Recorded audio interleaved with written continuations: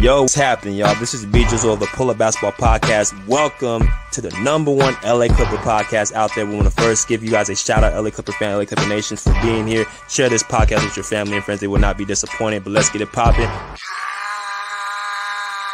Pull up in motorcades. I got a show today. It's all I'm trying to do. Hustle and motivate. Choppers to throw away.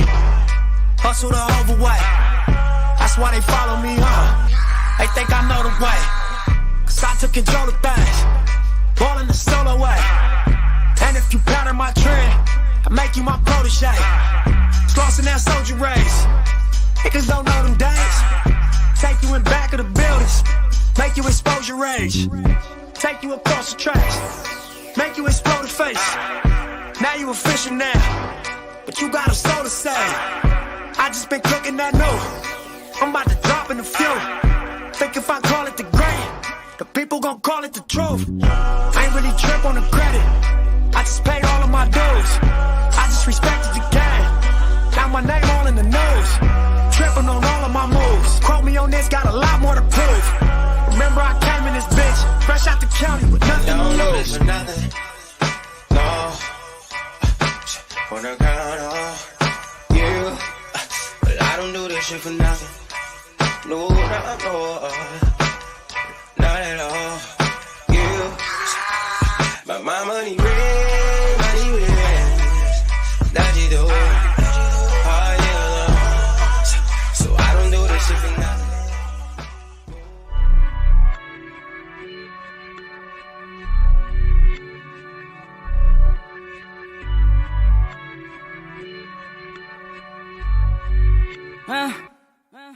Rolling up some good, going up till we get faded. You know how we do it.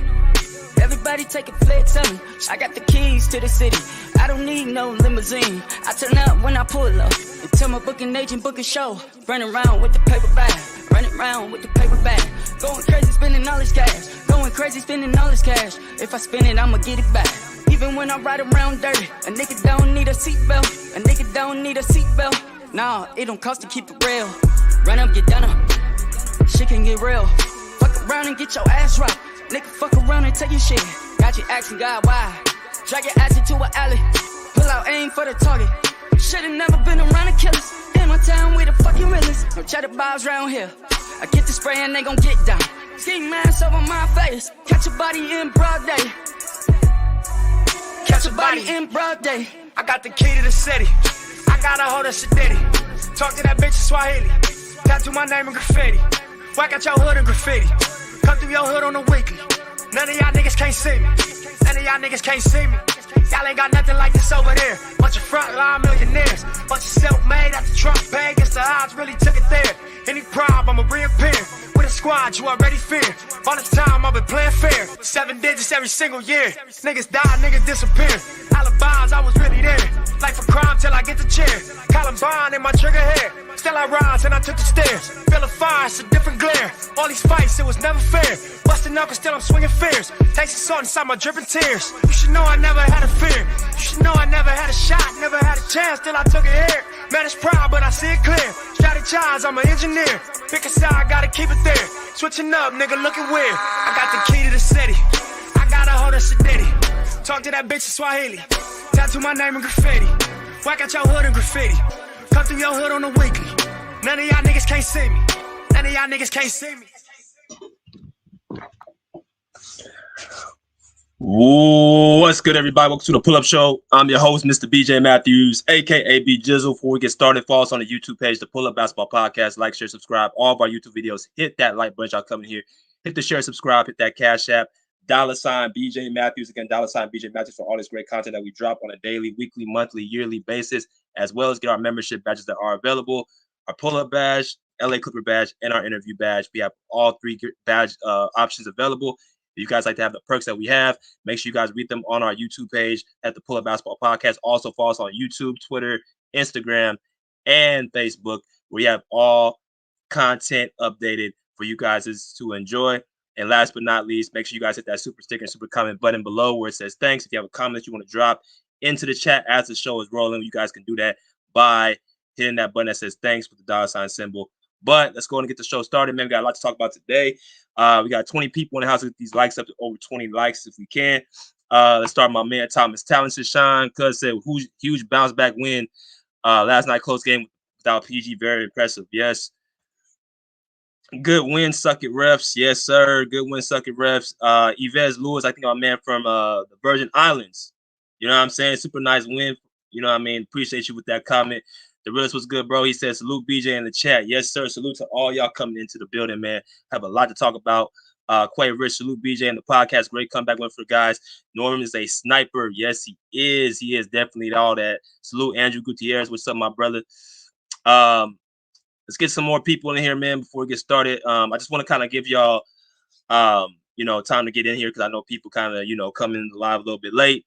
Like I said, we have a couple more interviews coming up this month. Amir Coffee, will be coming on very, very soon. Hopefully, I was hoping this weekend, but I'm not so sure if that's going to be prevalent.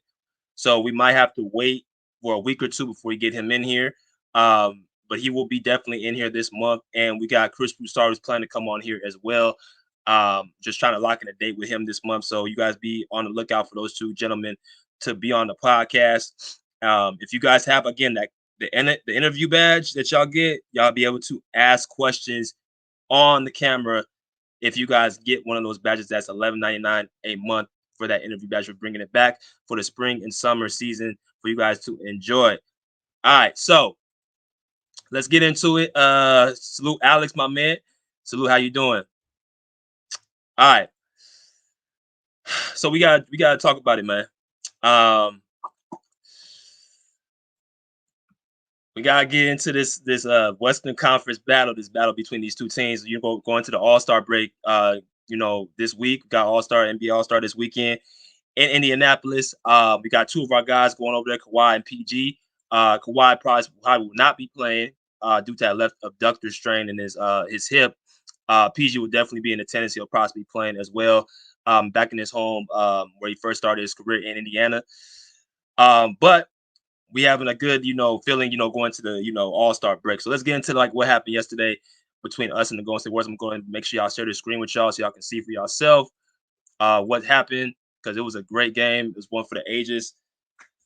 The Clippers ended up taking a 130-125 win over the Golden State Warriors, which puts us at 36-17, 16-11 on the road, right? We're the third seed in the Western Conference. While the Golden State Warriors are at 500 at home and they're 500 at 26-26, which I think they're still the 10th seed in the Western Conference. So we have a pretty big gap between the two teams. And, from back and forth, it was just basically a game that, both teams wanted to win very, very desperately. Like I said, Kawhi Leonard did not play yesterday due to his injury. And Chris Paul did not play for the Golden State Warriors. So, all in all, we just pretty much had a game where, we had to take care of business. Bones Highland, PJ Tucker did not travel with the team as well. Y'all heard the interview with Ty Lue, said that it was not enough space for them to come on the team on the plane. So it kind of sounds like to me that those guys are kind of, being a little bit weeded out. And we'll see what happens with them the second part of the season, how much Ty Lue decides to put them on the court. But let's get into, the statistics. Let's get into some of the things, the analytics between the two teams. And as y'all come in here, make sure y'all smash that like button. All right, so the highly impressive value game between the Clippers and Warriors. If you guys have not checked out that poll, make sure you guys check it out in the chat box as well. Was this a very, very good win? Are you impressed? Extremely impressed or not impressed at all? All right, y'all answer that question in the poll as the live is going. So let's get into it. Team stats. Shooting splits. You got the, field goal percentage, you got 3-point, and you got the free throw. The Clippers shot better than them at the field goal and the free throw percentage. Clippers shot 50% from the field to the Warriors 45. The Warriors shot 38 to the Clippers 34, and we shot 78% to their 72% from the free throw line. So pretty much the shooting percentages are pretty close. We won 2 out of 3 of them, which is, pretty good. I thought we, overshot the 3-point shot a little bit too much, where we could have, used our size to really impact the Golden State Warriors, who really couldn't deal with us at the rim. Rebounding, we beat them 48-47, which was good. Assists went to them 34-28. Of course, the Golden State, the Warriors moved the ball. A lot of back cuts, a lot of,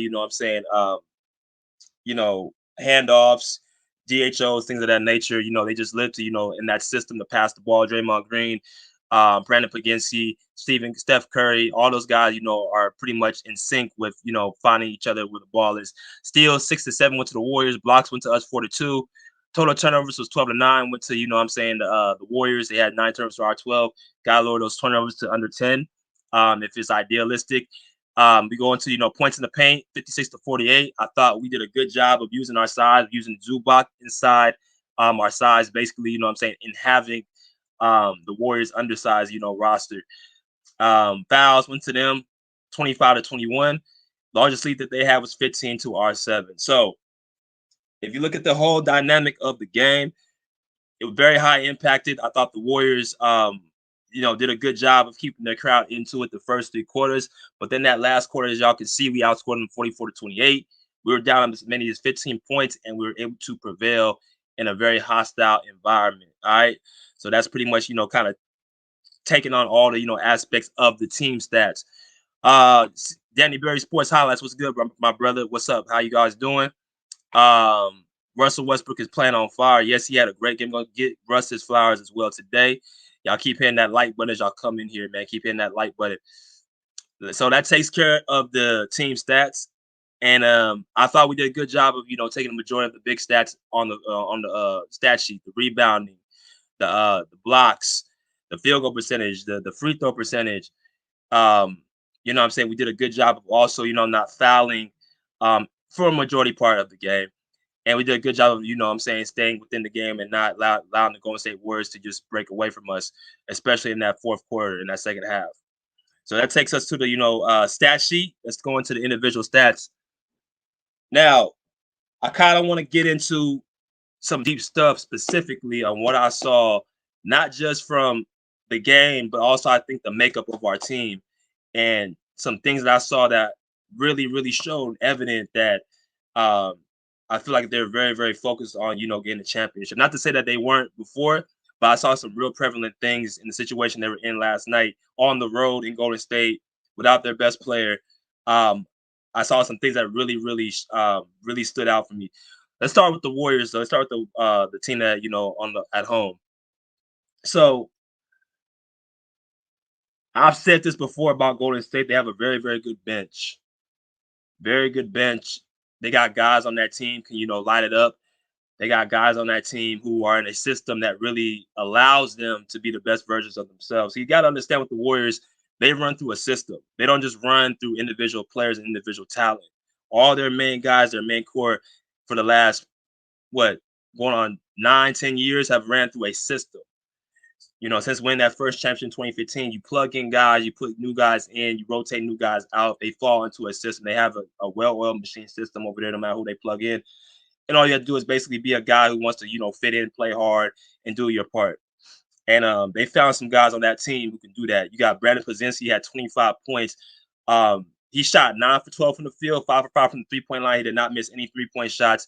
He missed 4 free throws, missed 2 free throws down the stretch of that game, which was very, very key for them losing. He had 7 rebounds and he had 8 assists. He pretty much filled up the stat sheet as good as you can fill it with the time. He got 32 minutes. He's been, from what I understand, pretty solid for the Warriors his first season. So he's a guy that's going to have a place with this team for years to come, for sure. And I think that his IQ has really transformed to what the Warriors want them to do. That's probably why Steve Kerr loves to play him so much, because he basically understands now. He just doesn't play hard. He understands what the system at a very, very early age, which is very impressive. The other guys didn't really score the ball as much.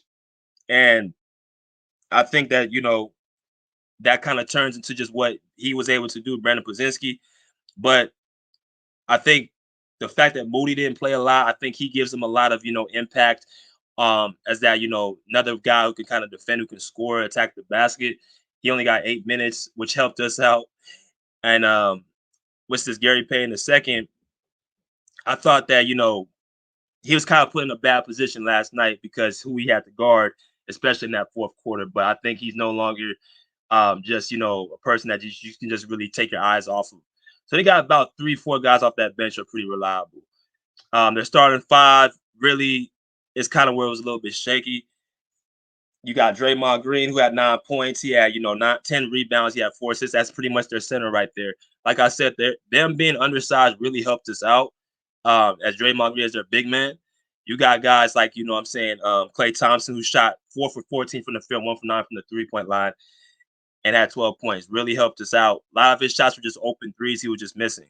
So when you have a guy like Klay who doesn't really bring the defensive side of the ball like he used to bring, and he's missing clanking shots, it falls right into our hands. Andrew Wiggins, 4 for 10 from the field, 2 for 6 from the three-point line.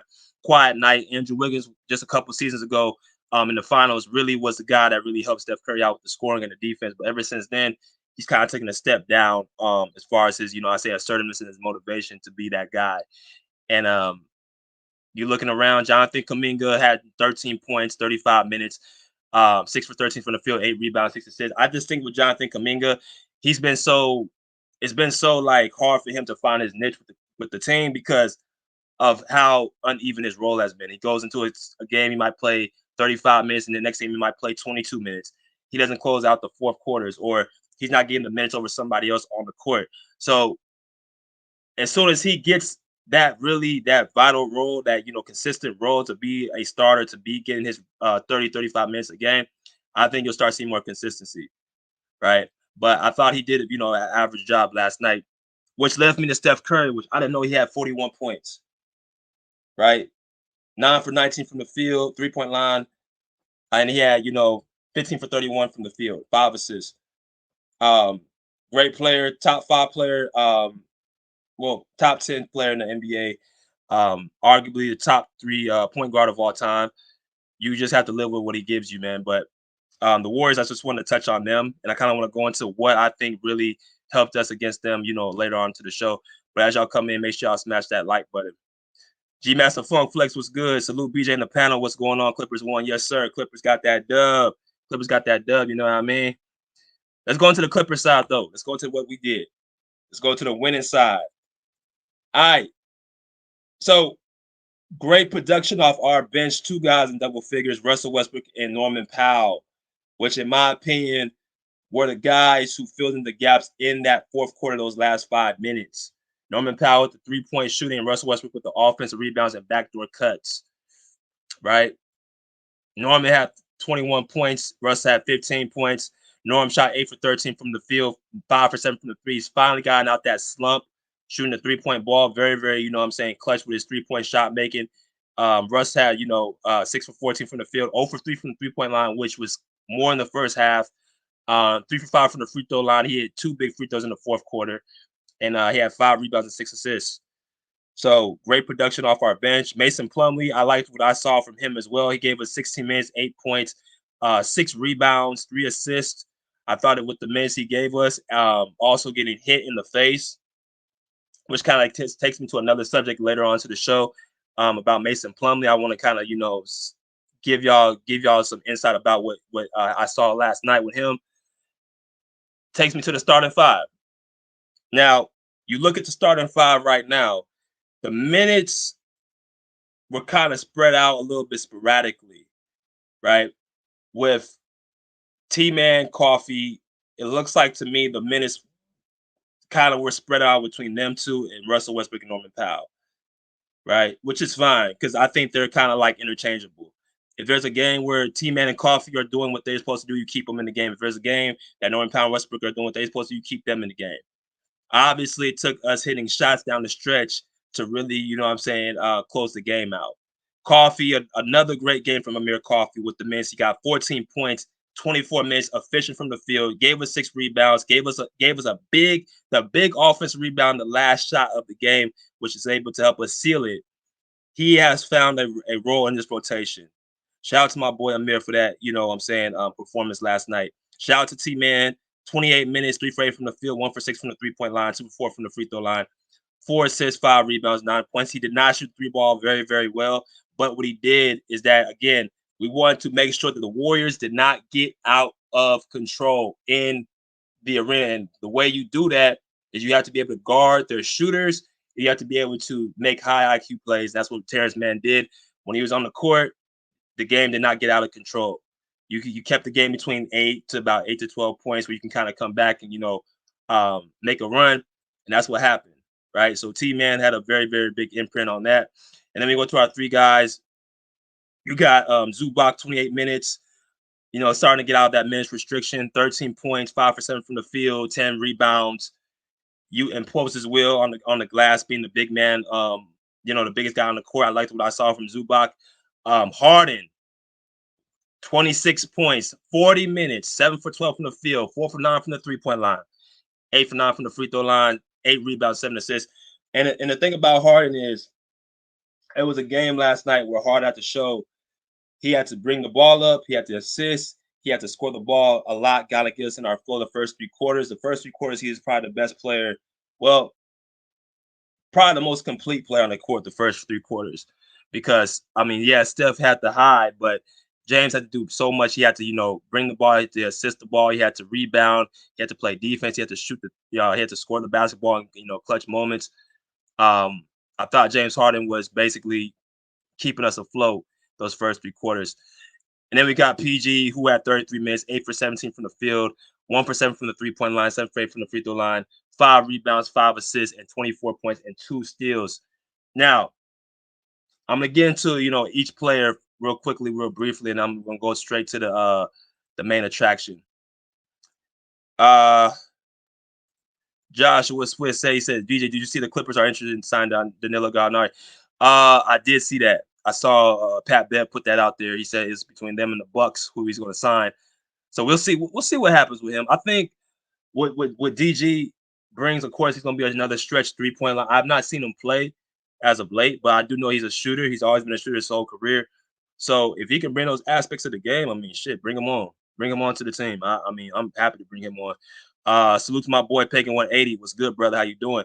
Homestead Kane, welcome to the show, brother. I never seen you before. He said, great win by Coffee. Needs more minutes. Coffee is getting pretty good minutes right now. I think 25, 30 minutes for him is pretty ideal. Give him more minutes if you can, but I think what I liked for him last night was very, very good. Norman Powell was 21 Savage last night. Yes, sir. Norman Powell was great. Let's get into a few things I want to kind of talk about, touch on. I saw the game. Now, you guys understand what happened. Very, very interesting in the last 9 minutes of the game. We were down by, I believe, 11 points, 94-103. And something happened in the game where Mason Plumlee, he got hit in the face by Draymond Green, and he caught a technical foul for running up on Brandon Podziemski of the Warriors. Now, I want to talk a little bit about this. This kind of goes into what we talked about yesterday. We had a live speaking about something similar to this, that we need guys in the paint who are more tougher. And it's almost like as if these guys listen to our podcast after that game. Because it's like I told y'all before, I don't think Zubac's potential is really soft. I just think he could be a little uncoordinated at times, but he's not soft to me. I think Plumlee has some toughness in him if you make him mad or you make him upset. And that's exactly what happened yesterday. The ref is allowing Draymond Green to do his antics, hit people in the face, stick his tongue out.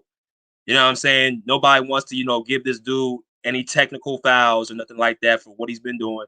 So Plumlee said, you know what, forget this. I'm going to go ahead and put matters in my own hands. Y'all not calling the fouls. You're not calling the fouls.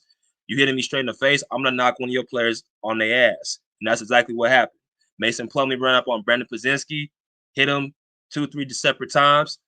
I saw Jonathan Kaminga give him a little light push, but it showed that the Clippers were not going to keep getting, cheated out. Obviously, the refs trying to make the game more and more in Golden State's favor. And Mason Plumlee he showed a set of balls by saying, I'm not going to keep getting hit in the face, and I'm going to, challenge one of y'all to do something about it. So I like what I saw from Mason Plumlee last night. I thought that, we need to have that momentum changer. And, that really, to me, kind of really try to set the tone for us, because we needed that type of, we needed that type of, flair on the team for sure. Because, the game was just going to get out of reach. And I thought that we needed to have some type of energy booster. And I think that was it. And then followed by that, it was Ty Lue getting ejected. Now, here's the thing about me and about Ty Lue. I know I've had my differences with him. I've spoken very, very, critical of him. I thought that there's been times he's, cost us games. I thought that he made the, transition harder than what it needs to be. But we're going to give credit where credit's due. I liked how Ty Lue got that technical foul. And I like how he got fired up on that bench and put himself in a position where he got ejected. Because we used to Ty Lue seeing his hands folded, crossed, crisscross applesauce. We're used to seeing that on the sidelines. But to see him actually go out there and say, okay, y'all are basically giving the Warriors the game in every aspect, in every form. And I'm not going to keep allowing y'all just to basically, punk us. So he got up in the ref and told him, like, look, you're going to give me an explanation what's going on. And it put him in a position to get technical foul and get thrown out the game. Now, a few possessions before, he got a technical foul. So obviously the second foul he got tossed out the game, which I ain't seen Ty Lue get tossed out. I think this is the first time he got tossed out of a game since pretty much I don't think he's been tossed out yet. This is the first game I've seen Ty Lue get tossed out. It's the first game I've seen him get this fired up to get technical fouls. So it showed to me that now you put your team in a position to see if they're going to fight or flight. Are we going to crumble because our head coach is off the court? You know what I'm saying? Our best player is out. Are we going to crumble or are we going to rise to the occasion? And the Clippers did exactly what I expected them to do, which was rise to the occasion. And Ty Lue deserves credit for that. So I like to see that fight in him. I liked how he said after the game, the refs are cheating. That's all they do. You know what I mean? So very, very happy what Ty Lue did last night. I thought that it was very needed. I thought that made the team kind of come together as one and close out that game, right?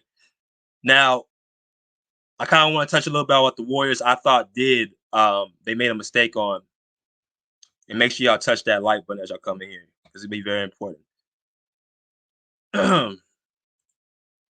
He said, PJ, did you hear what Ty Lue said after the game? Yeah, I saw it. Yeah, I said, he said, where the refs at now?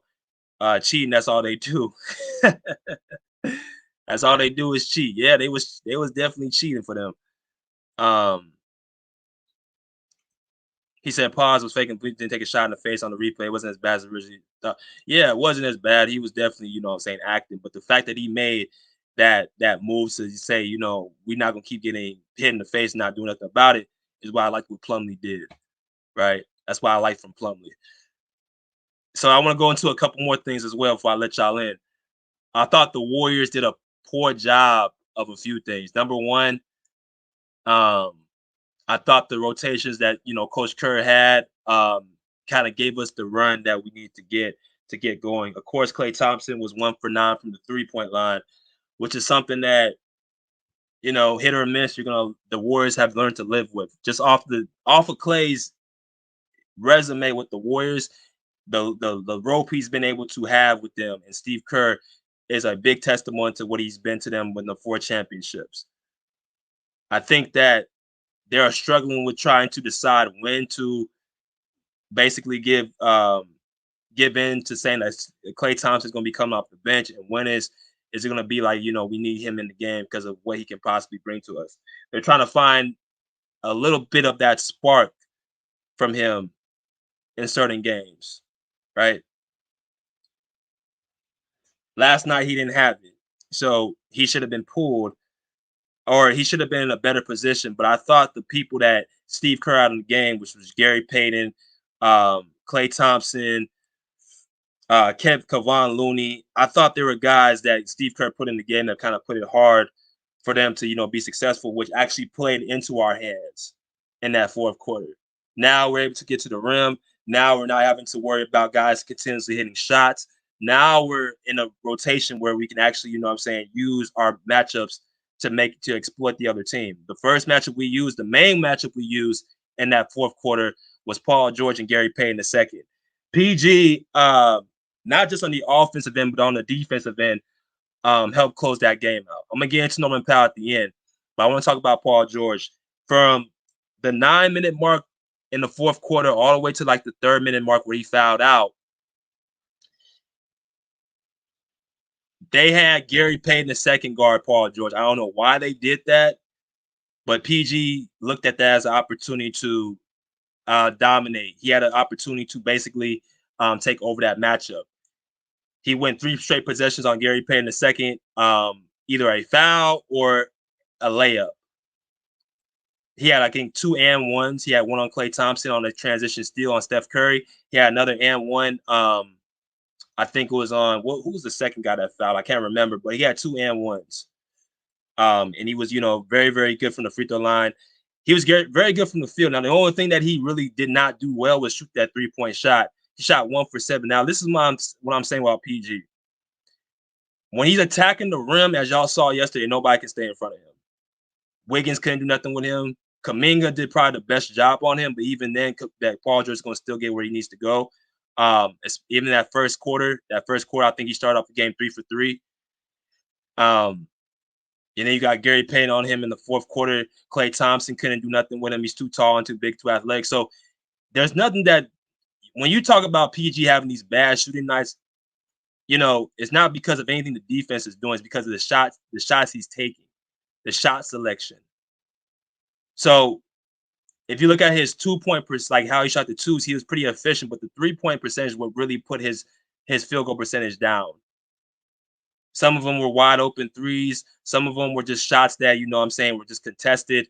But when his 3-point shot is not falling, it makes it look very, very bad when people start questioning, what is this guy doing? Well, what he's doing is he's taking too many bad shots. Very similar to T-Mac, what he used to do back in the day. Takes a lot of long twos, contested threes, things of that nature, where he makes the game harder on himself. I definitely agree with that. But in that fourth quarter, he's the one that actually helped win us that game, even though he fouled out. He stopped Steph Curry from scoring on the defensive end in the fourth quarter as well.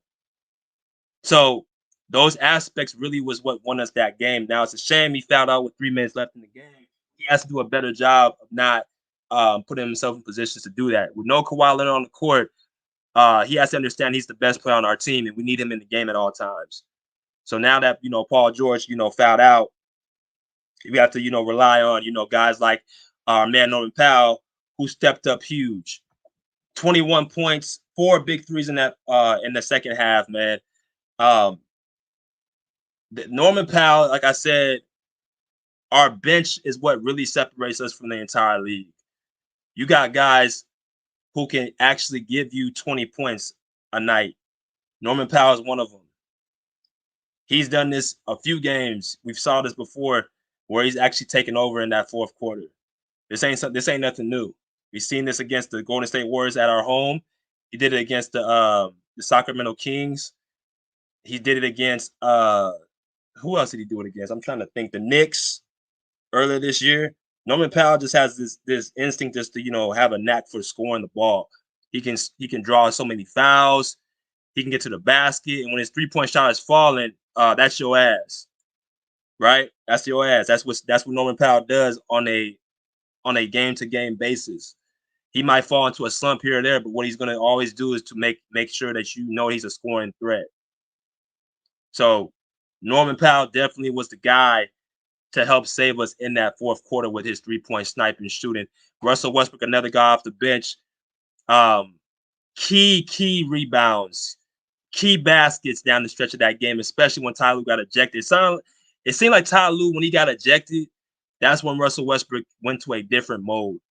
That's when he started making all his layups. That's when he started getting all the big rebounds, making the big hustle plays. This kind of looked like what he did against the Suns in Game 1 last year in the playoffs. He just made all the little plays, the extra second possessions, because the Warriors are so small, they couldn't keep him off the glass. So with Russ, what he was able to do for us was very, very vital. And I thought that Russell, without him last night, we were not going to win that game, because we need every single one of them extra second possessions. That basically what I'm trying to let y'all understand, make y'all understand, and as y'all come in here, smash the like button if I let y'all in. What I'm trying to make y'all understand is that the amount of options we have is endless, right? And it comes down to that, especially in the postseason. If one guy's out, can your next guy step up? And this is what the Warriors are having a problem with. Steph Curry did his job. Who's going to step up for him? Who's going to actually help carry the lack for him? From last night, it looked like it was Podziemski, but of course he's a rookie. It's supposed to be Klay Thompson. It was supposed to be Andrew Wiggins. That's supposed to carry up the slack. Draymond does what he does on defense. But as far as offensively scoring the ball, those are the two guys that are supposed to pick up the slack, but they couldn't do it because, once again, they can be inconsistent. But we got multiple guys. If one guy is not clicking, if Kawhi is not clicking one night, let's say Kawhi Leonard is having an off shooting night, here comes PG. If PG's having an off shooting night, here comes James Harden. If James Harden is having an off shooting night, here comes Norman Powell. If Norman Powell's having an off shooting night, here comes Russell Westbrook. If Russell Westbrook is not doing what he's supposed to do, here comes Amir Coffey. Amir Coffey, efficient, playing both ways of the basketball. Getting up on defense, 6'7", right? Terrence Mann, our starting, point of attack defender. He had a horrible three-point shooting night last night. But like I said, what Terrence Mann brings, just him in the game, good things seem to happen. We don't really get blown out the game when he's in there. So, yes, he had a bad shooting night yesterday, but I think that his value continuously shows when he's on the court. Right? Ivica Zubac, the pick and roll with James Harden. I mean, just so many options you have to go to with a team this deep.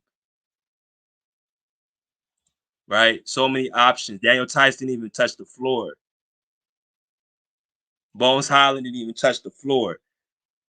PJ Tucker didn't touch the floor. Brandon Boston, I think Boston played a little bit last night. But what I'm telling y'all is the playoffs is going to be 1-8 for the most part. 1-8, probably 1-9. What other team in the Western Conference can compete with that? Oh, yeah, the Nuggets just lost last night, too, to the Kings. So now that puts them 2 games behind us in the loss column. And also, the Nuggets, I don't know if y'all know, the trade deadline is over. So we'll see who they pick up in this NBA buyout because I'm hearing Danilo Gallinari as another guy. But in my personal opinion, them losing Bruce Brown and Jeff Green is what's going to cause them to lose and not make the finals this year. So once again, who's the team that has this amount of options? We got the Timberwolves. We talked about the Timberwolves. They beat us on Monday. Giving them credit. We got them again next month twice, so we got to repay the back the favor. We're gonna have Ivica Zubac, hopefully full time, and we're gonna see how that looks. The Thunder, we've already talked about the Thunder. I think they're a little bit inexperienced. When them playoffs come, you're gonna have to beat us 4 times, and you're gonna have to actually come up and have to deal with the best player on the court in Kawhi. And in my opinion, and PG is gonna be the second best player in multiple of these series that we play. So you're going to have to overcome that, our bench. You have to overcome our size, our two-way players, our guard play. You have to overcome our big Zubac when he's on the court with James Harden. A lot of stuff you're going to have to overcome to beat us 4 times in a row. The Suns, offensive team, they clicking at high cylinders, but do you trust them defensively to be able to deal with what we have on the other side? The Pelicans, of course, have been the team that's given us problems here and there. We'll see what happens with them. I think we might play them one more time, if I'm not mistaken, this season. I'd like to see that game. The Mavericks, I mean, we always seem to, have their number. The Kings, we have their number. The Lakers, I mean, 4 games, I think we have their number as well. The Warriors, we as y'all saw last night, we have too many matchup problems for them. And then it goes down to like the bottom 5. So like I'm saying to y'all, and I'm gonna let y'all in,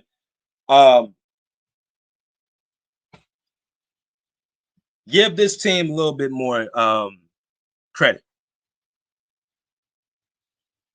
That was a team win yesterday. That wasn't no fluke win. That was a team big win last night. That showed me that they have some mental. They have mental. I've been knowing that, but in that environment and without their best player, their coach getting thrown out, PG fouled out the last 3 minutes of the game, and they still were able to prevail, really showed me something. So I liked what I saw last night, and I liked the I like what I saw on the court. See,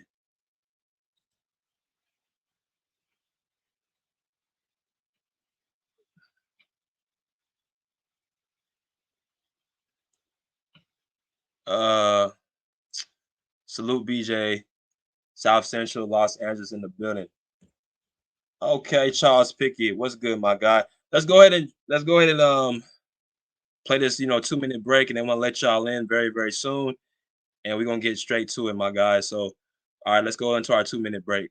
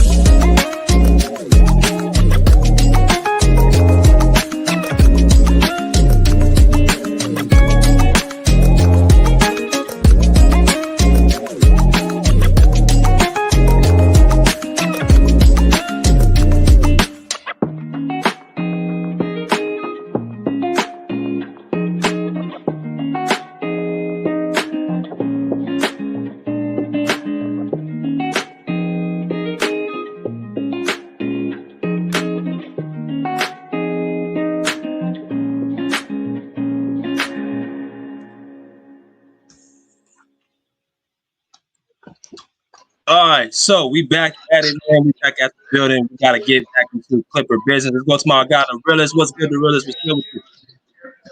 Man, what's good, BJ? Thought I was gonna catch you before I walked out the store, man. Uh, Give me a minute, BJ. Give me like 2 minutes. Are you good? Give You me 2 good? minutes, BJ. All right. Yeah, I got you. All right, so let me go into some of these comments. So he said PG is the second option, definitely. Yeah, I mean, I want to show y'all something real quick. So the numbers right here shows, the leaders in each category. Kawhi scoring, Zubac rebounding, James Harden assisting. It shows right here the numbers of the options and what they're all three doing, because I want to kind of get some understanding, some clarity about who's who and what their jobs are. James Harden's job is to assist and point guard and be the point guard of this team. That's his job. And he's doing a hell of a job doing it. He led the league in assists last year. He's our point guard. That's what his job is. He was the second option in Philadelphia with Joel Embiid, and the most he averaged was 21, 22 points a game. That's what he was doing in, Philadelphia. Right? As y'all can see in the points column, Kawhi is averaging 24, PG is averaging 22, James Harden's averaging 17, and that's with James Harden playing more minutes than both of those guys on the court. James Harden's job is not to come over here and be the second option. It's not over to be the first option. That's why he came over here in the first place. Right? I think we need to understand, get like a pecking order, whose job is what. The score basketball and be the options is Kawhi and Paul George. Those are our first and second option. I don't know who made this idea that Harden's the second option on this team and he's the second guy to Kawhi. What James Harden is our point guard. He sets up these guys to be successful. He's coming to make their jobs easier. That's what it is. That's what Kawhi and PG are the best two-way players on this team. That's their job. They're going to be the guys that get the ball down the stretch most of the times and not. James Harden's had times where he's gotten the ball, but again, his job is to defer to the other players on this team. Set up Zubac in the pick and roll, but we need to understand the pecking order here and what their jobs are to do on this team. So I wanted to bring that out real quick. You back to realist? Yeah. Hey, I sound cool, BJ. Oh, you good, bro? You good? Yeah. All right. Cool, man. Man. Before I even talk about this shit, BJ, I got to get up with you though, man. What's good? Cool, BJ. Oh man. We're gonna have to holler, man. I gotta get your information to holler at you about some stuff. But last night, man, it's man, I think for me, the player of the game was Plumlee, man. I think what Plumlee doing. Okay, BJ, hit me out, baby. Damn, hit me out. No, I'm good. I was laughing. No, you good? I wasn't mad. Go ahead. What Plumlee did, because you know what, BJ, and I spoke on this yesterday, how we not showing toughness against these teams. You know what I mean? And I know we got rid of, some of our dogs we used to have on the team, the Pat Bev, the Marcus Morris, the dogs on the team. And I just feel like these teams trying to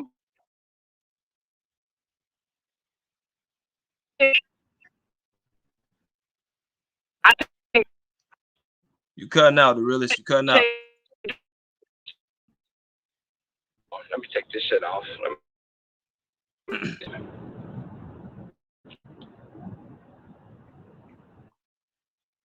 Are you back? Nah, you still cutting out.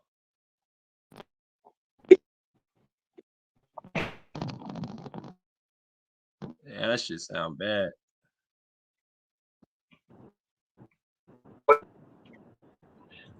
Yeah, now still, BJ. Say something. Try to say something. Huh? Try to say something. I'm cutting out. Okay, you good now. You good now. Okay. Yeah, but what I was saying is, what Plumlee did, I think that was much needed, man. I think Plumlee not doing that and Lou getting kicked out, we don't win that game. Because if you remember, Draymond was talking shit at PG and Harden during that whole incident. Throwing up the 4 rings.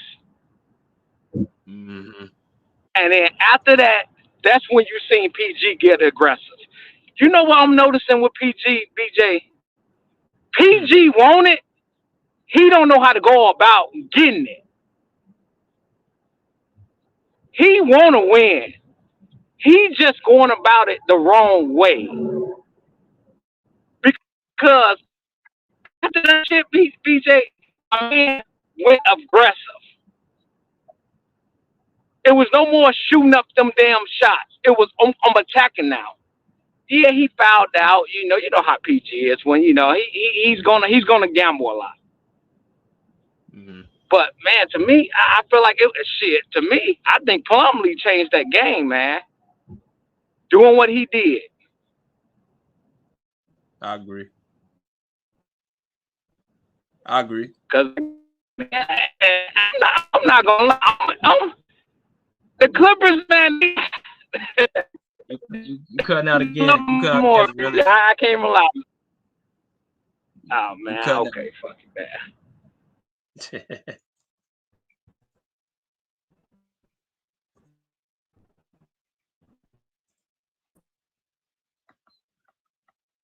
Yeah, the realist is you got cutting out a little bit.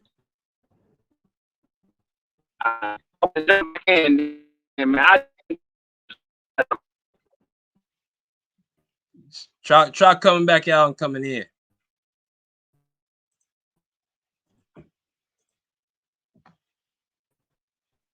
The realist, you might have to come back and come back in.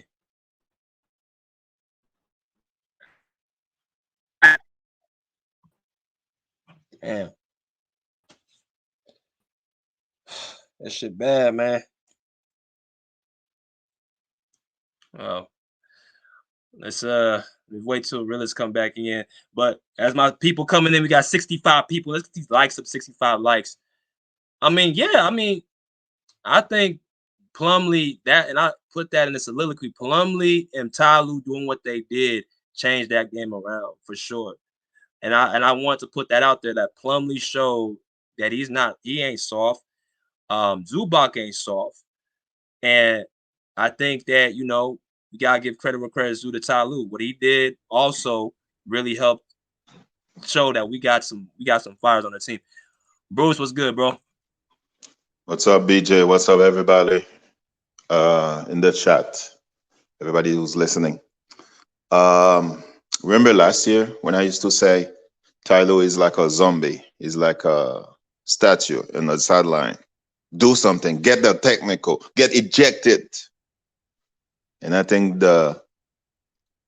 because the Clippers were like dead until Ty Lue got ejected. Ty Lue showed some fire, and I think that's when the Clippers woke up.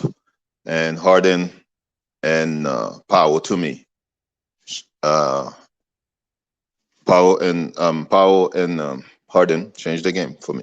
Won the game to me. I think Zubac and Plumlee play a role because Kuminga was afraid going to the rim because of those guys. So you saw Kuminga sledding for awkward jump shots. So and Klay Thompson won the game for the Clippers too. Klay Thompson, Steph Curry, they won the game for the Clippers too. And the best player on the floor of the Clippers was James Harden. And I'm not gonna say anything bad about Paul George because I only judge some people in the playoff. So Paul George had a bad game. He scored. He did deliver some key shots. He fouled out, and the Clippers still won. So it was a good win, I guess. That's all I have to say. Okay. Appreciate you, Bruce. Let's see. Salute to my man OC Love. Salute Pull Up and salute everyone in the chat. I want to read what Igor Queen said. He said, I agree with the caller. Plumlee gave quality minutes to me. He's the better center out of him and Zubac. Only Zubac is a better rebound defense. They both do things different. They're both needed. Zubac is the more defensive anchor that we need on the court to protect the rim, and he has very good history with Harden, so he's definitely our starter. And then Plumlee, he gives us quality minutes as far as being an offensive threat and be able to score around the basket. So there's both enough for both of them. I don't know. I don't think Plumlee can guard Jokic. I thought so, but I think Zubac. Man, I still think the Clippers need another center. Like I was saying yesterday, right? When I said BET and country, Yeah. Zubac, when he wants it, he can dominate. I mean, Warriors had no center. They don't really have a center. I think Looney is like he's like 28 on 29, 30. He's like 65 the way he's walking. So um yeah, I think Zubac is the starter. I'm sorry. Zubac is the starter. If Plumlee is the starter, the Clippers in trouble. Yeah, Zubac is definitely our starter. He said Clippers are deep. The realist said I'll jump back in. Like, okay, cool. Pagan 180 said Klay Thompson is Klay Thompson just inconsistent. I mean, that's what it comes to. He's just inconsistent, man. The thing is, he still wants to do the Kobe shots, man. The follow a three, the coming off the pick and do a follow a three. Come on, man. Right. What's good, OC? Salute, BJ. What's up, Bruce? Hey, I'll see how you done. I'm all right. Y'all talking about the game last night? Yeah. What you got? Yeah, I thought it was a good character win. You know, good comeback. You know what I mean? Good way to end the first half of the season. You know, I didn't feel we needed to go and lose a couple games like that. You know, back to back. So it was good to come back and win that game. I like the way they closed it out in the fourth quarter with Powell hitting some big shots. You know, again, Coffee hitting a couple big shots. Westbrook, you know, being that energy guy he always is, and you know, coming up with some big plays down the stretch. But overall, I think not Kawhi, but James Harden was the player of the game. You know what I mean? He kept us close enough all game, and then him and PG turned it up in the fourth quarter. Yeah. I mean, go ahead. No, you go ahead. No, I think Harden was the guy the first 3 quarters, and I think PG and Powell the guys in the fourth. I thought Harden kept it even kill, scoring the basketball, and he also had a good deflection on Steph Curry in that I think the third quarter.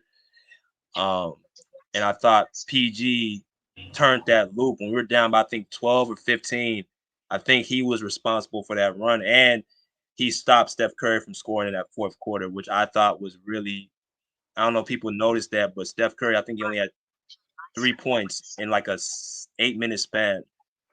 So that really, I think that turned the game around even more because that goes to the two-way play, right? So that part, and then Powell and Coffee and Westbrook, big plays, offensive rebounds, 3-point shooting. It was just so much that we did as one. I thought really won us that game. Yeah, they got pissed off when Draymond went to talking. Exactly. Yes. And because you saw all 3 of them look at it, it was PG, it was Norm, and it was Harden. They all looked at him like, exactly. Come on, man. Draymond might have lost him that game as much as Klay Thompson, Bruce. Yeah, I think Draymond is the one that lost him the game. I think they making too much about nothing with Klay Thompson. Klay Thompson been doing this all year. No, that's nothing. That ain't nothing good. That's nothing. You know what I mean? Everybody expects him to miss shots at this stage in his career. You know, Wow. He inconsistent at this stage in his career. He's lost something. You know, Klay's lost something. Bruce, come on. I've been saying that for 2 years. So I see. I said I don't like Draymond on the Warriors. Like 2 years. For 2 years, I said I don't like Draymond, and I hate players showing the four signs. I didn't like when Kobe did it too. How many championships? Need to chill, man. People already know your record, man. Yeah, that's getting kind of corny. Yeah. Corny, bro. That's corny. Then we supposed to be kind of, you know, we supposed to be cool a little bit, you know what I mean? I don't think they best friends or nothing, but they were supposed to be cordial and shit.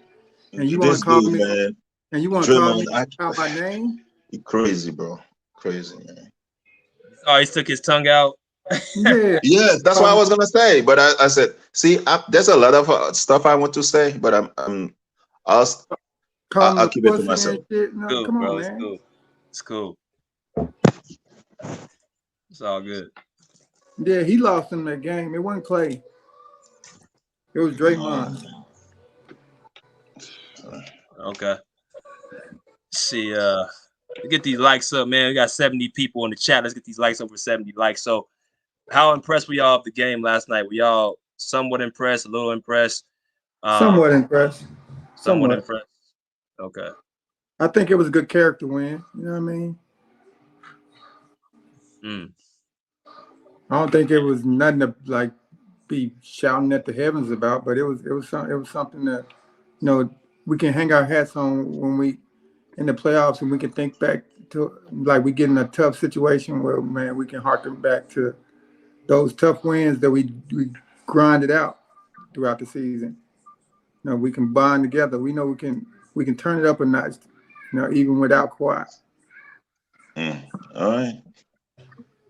Now that's not ideal. Now that's not ideal. Now we ain't gonna be doing that too many games, but you know what I mean. That was a game to win it without why. You could tell why I was happy last night too, because he's like, right.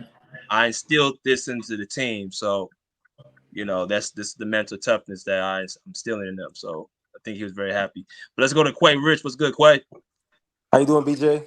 Salute to you. Salute to the panel. Good, What's going on, y'all? And Salute. man, that game yesterday was man.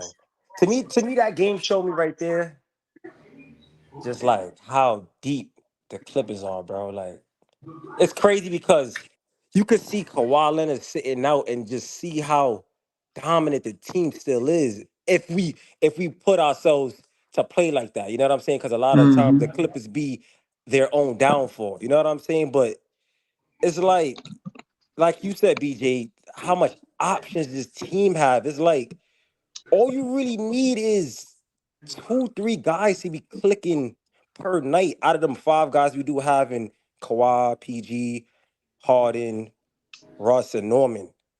So it's like, imagine if all 5 of those guys is like really not off. That's when the Clippers start beating these teams by 30, 35. Because I've never seen like a game like other than this year where Harden will have 8 points and your team will be up 25 points. It's like that should show the league something. You know what I'm saying? Like, bro, y'all in for a rough night if these guys if these guys is on, y'all in for a rough night. So to me, I think the Clippers is looking really good, bro. And our only battle is ourselves, bro. I'm gonna be honest with you, bro. Our only battle is ourselves because a lot of times the only reason why the Clippers be like the Clippers sometimes I notice we be playing down to these competitions that we be playing, bro. Like these niggas can't fuck with Lackadaisical. us, bro. Like a lot of these teams can't fuck with us. Like these Piston teams, like we come out with a slow start sometimes, and sometimes we gotta wake up. And I get that, like it's 82 games in a season, and some days you know what I'm saying, like you ain't gonna have it. Every game ain't gonna be perfect, but it still goes to show you like the resilience and just the grit in this team that we just have. You know what I'm saying? But I noticed I did say yesterday that our biggest is playing soft, and I definitely like how Plumlee came out and played yesterday. Like, bro, you gotta make a stamp, bro. Like you gotta, you know what I'm saying? You gotta play, bro. Like you gotta fight and show these teams, bro, you're not willing to back down and they can't punk you. You know what I'm saying? And I respect that from him, bro. I respect that, but definitely a good win, you know what I'm saying, last night, and good win going into the All-Star break, for sure. That I'm definitely sorry. showed mental toughness from us, for sure. I'm sorry. I'm sorry. The bigs were playing big against a small Warriors team. I'm not gonna say we was playing big, Bruce. I'm not gonna say we was playing big, but I just like how, like y'all said, how he wasn't gonna just let nobody do whatever to him. You know what I'm saying? Like fight, bro. Like push niggas around, bro. It's okay Yeah. to box out, Yeah. bro. It's okay to show your muscle on that court. You know what I'm saying? I'm not Yeah, saying like don't just do that against the small teams. That's what I was saying. That's my point. Like, because we do got the bigs, we got the 7-footers. But when y'all playing them type of bigs, you gotta put that same imprint on the game too, just like how you do the small teams. Show them, like, yo, we here, bro. Like, yeah, we yeah. here. No, that's See, true. I think You know what I'm saying? it was more so because Draymond be punking guys bigger than him. He punked Nurkic. He's punked AD. He's punked. He. It's not even the size; it's the fact that Plumlee showed he got fighting him. That was the big thing. Exactly. That's what I wanted to see. I wanted to see his nuts hang. So Because even definitely, down, even down when we had Marcus Morris, I didn't like Marcus Morris. I'm gonna be real with you because of the shots and how he just played. But one thing I could say is like he was gonna fuck you up. He was gonna fuck you up. Like you wasn't gonna just punk him. Like you wasn't gonna just back him down. You wasn't gonna just do that to him. He was gonna let you know that. Like, nah, this ain't that. You know what I'm saying? Like, get your ass back on the perimeter and you gonna shape your little shots. All this post shit, nah, this is me. This is me right here. You know what I'm right, saying? And So I don't mind a guy getting right. fouled out for that. I have a question real quick before Thomas going on his soliloquy. You said the Clippers are dominant without Kawhi. I just said it showed how dominant the Clippers can be still without Kawhi. So now imagine if Kawhi was Mm. there, we even more dominant. So Because no, that's why I'm asking. So you think the Clippers are dominant without Kawhi? yesterday game showed me that we still have that firepower with him sitting out. Like we could still, like for example, right? If we didn't have Kawhi in one playoff game, right? I think we could still pull it off. We that dominant. Like we could still pull off a Against game. every team? Nah, but you gotta understand something. James Harden, like for example, right? Last year, James Harden didn't even have Against a lot of Embiid. teams, Bruce. Against a lot of teams. James Harden didn't have Embiid game one, and James Harden put up 45 and still won them a game. That's important. Shit like that is Bingo. important. Like Russell Westbrook last year could still win you a game. Norman Powell last year had 45 against the Suns and still won you a game. Could still Bingo. put up that fight. Like, you know what I'm saying? Like, of course, Kawhi is that guy. He's our guy. Yes. By the way, what's your name again, man? I'm Q. This is Q Okay. Rich. All right. Yeah, Q. But I think we can. Yeah, of course. I'm not saying that we can't win without Kawhi. Yeah, of course. We need Kawhi to win. We need Kawhi to go far. We need Kawhi to win the chip and everything. I'm just saying, if Kawhi was to still sit on like how we seen last night, we could still have that effect on the court. You know what I'm saying? That Clipper effect that shows, nigga, we still got scorers. You know what I'm saying? We can still put that ball in the hoop. You know what I'm saying? Okay. Yeah. They just needed hanging their head on defense more. You know, like they were too lackadaisical on defense most of that game. But when they got pissed off, you can see they could turn it up. That's what I need them to do all the time. I mean, they can't be so lackadaisical. They was real sloppy throughout that game for the most part. Like the first 3 quarters, they was real sloppy. Like late in their rotations, they were losing Steph Curry. How the fuck you lose Steph Curry on the court? That should be a no-no. That's the only player Warriors have. The other Right. players You should get punched in your chest for losing Steph Curry. Wow. Let me go to Thomas real quick. What's good, cuz? Yo, what's good, OC? What's good, Q Rick? What's good, bro? Yo. Yeah, let me go to the store because I know Thomas is gonna take some time. So. Yeah, I'm gonna take some time. I gotta give you a shout out first, bro. There's two shows in a row. You done came in here with saying shit that I could tell you watching the games. I can tell you watch them hard because you talking with sense the past 2 shows. I'm impressed by. I like this. I like that shit. And OC, you're right. You're right. See, this is why it don't matter what Terrence Mann scored. If Steph, like OC just told y'all, how is Steph getting loose? He not getting loose. And I watched that. I went back and I watched the game while I was at work waiting on the load, to be loaded up today. And I watched second half. And they had everybody in their damn mama guarding Curry except Terrence Mann. This dude was getting loose all over the fucking court. And that shit don't happen when Terrence Mann's on the court. Mm-hmm. That answers OC's question. That's why Terrence Mann he's going. See, Ty Lue ain't gonna have no choice come playoff time. He is going to be forced because the other team is going to pick on people with Terrence Mann on the court. These motherfuckers they're gonna go off. Like what have I just said the other day when I asked somebody, I said, when's the last time we saw a real 40 and 50 ball dropped on the Clippers from the guard position? You can't remember the last time because the point of attack defenders on the court. And Coffey's a good defender. Yeah. Westbrook's a good defender, but they are good at the person they're guarding. They're not real good point of attack team defenders where they rotate and pick up slack and they make all the flaws just go away. That's what they're not going to do on defense. They're good at guarding their guy. There's a lot of people good at guarding their guy. Guarding the point of attack offense and chasing Curry around and keep it. You remember when T-Man was on Curry? Curry was lucky to see fucking 25 points. Last night they had T-Man guarding everybody else. From what I was watching, Curry was hanging a 40 ball. And luckily, the player of the game was Norman Powell. Because even after that Plumlee's technical, and y'all watched the game, that didn't change the game. Golden State went on a fucking 5-6-0 run immediately after that. And they hit an and one on Paul George in his fucking face in the paint. Right after that technical. That technical didn't change nothing. They actually boosted Golden State and started busting our ass. What changed the game was that motherfucking Powell went on a fucking 12-0 streak by his damn self. That's what changed the game. And then Paul George wasn't very far behind because Paul George was drawing double teams in the post, like BJ has mentioned and I had mentioned, but BJ mentioned more recently. Like he said a million times, get your big fucking and even the PG haters, that's part of their complaints. And it's realistic complaints. Get your big 6'9" ass on the spot and draw the double team, and that's what Paul George did in the fourth quarter. And started opening up shooters. And when you open up shooters, that's when the Coffees, the Powers, the T-Mans get hot and start hitting shots. Paul George said, let me get on my bullshit for a minute.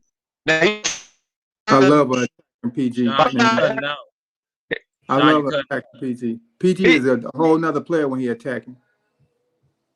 You cutting out, Sean. Right. He can you hear me? Yeah, we hear you now.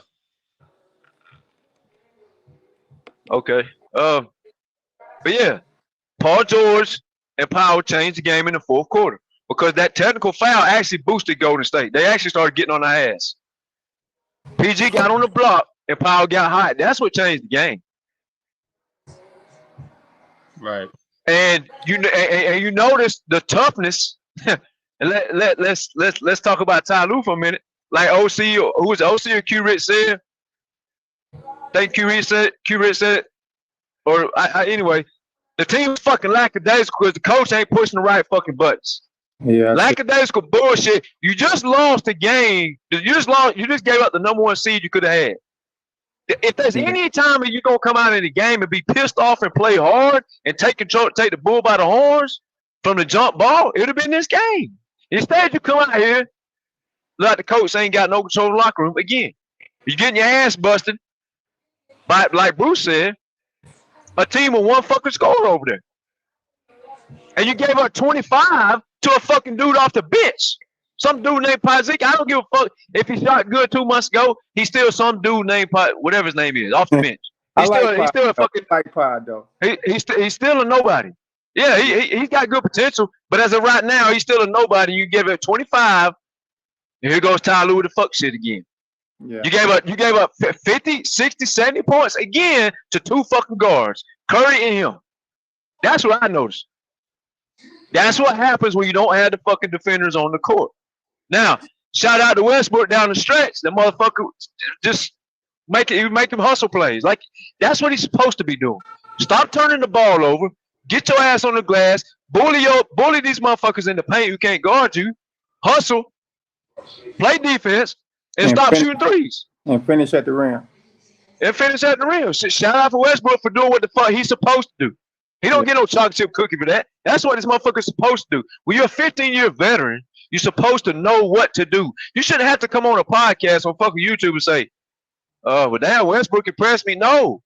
Just year 15, the motherfucker should be doing this every night. No turnovers, stop shooting threes, make all the hustle plays, and play defense. That's your only job. The ball handling and shooting, that goes to James Harden, who was busting their ass in the first half. Like Q Rich said, like we've been saying, been preaching. Listen, we're going to lose some games here or there, man. The fucking Bulls never went 82-0. Denver didn't go 82-0. Golden State ain't never been 82-0. They won 33 games, but 9 times they got that ass spanked. It happens. It's okay. It ain't the end of the world. Like Q Rich said, we can hit you from too many angles. You can be up 15. It don't take but one fucking dude like Powell. Start fucking cooking and boom, we got the lead in 2 seconds. That's the firepower that we speak on. Mm-hmm. But it looked like the team got tougher, to be honest with you, after Ty Lue left, and not necessarily right when he left. Because right when he left, like I said, Golden State bust our ass like 3 straight plays.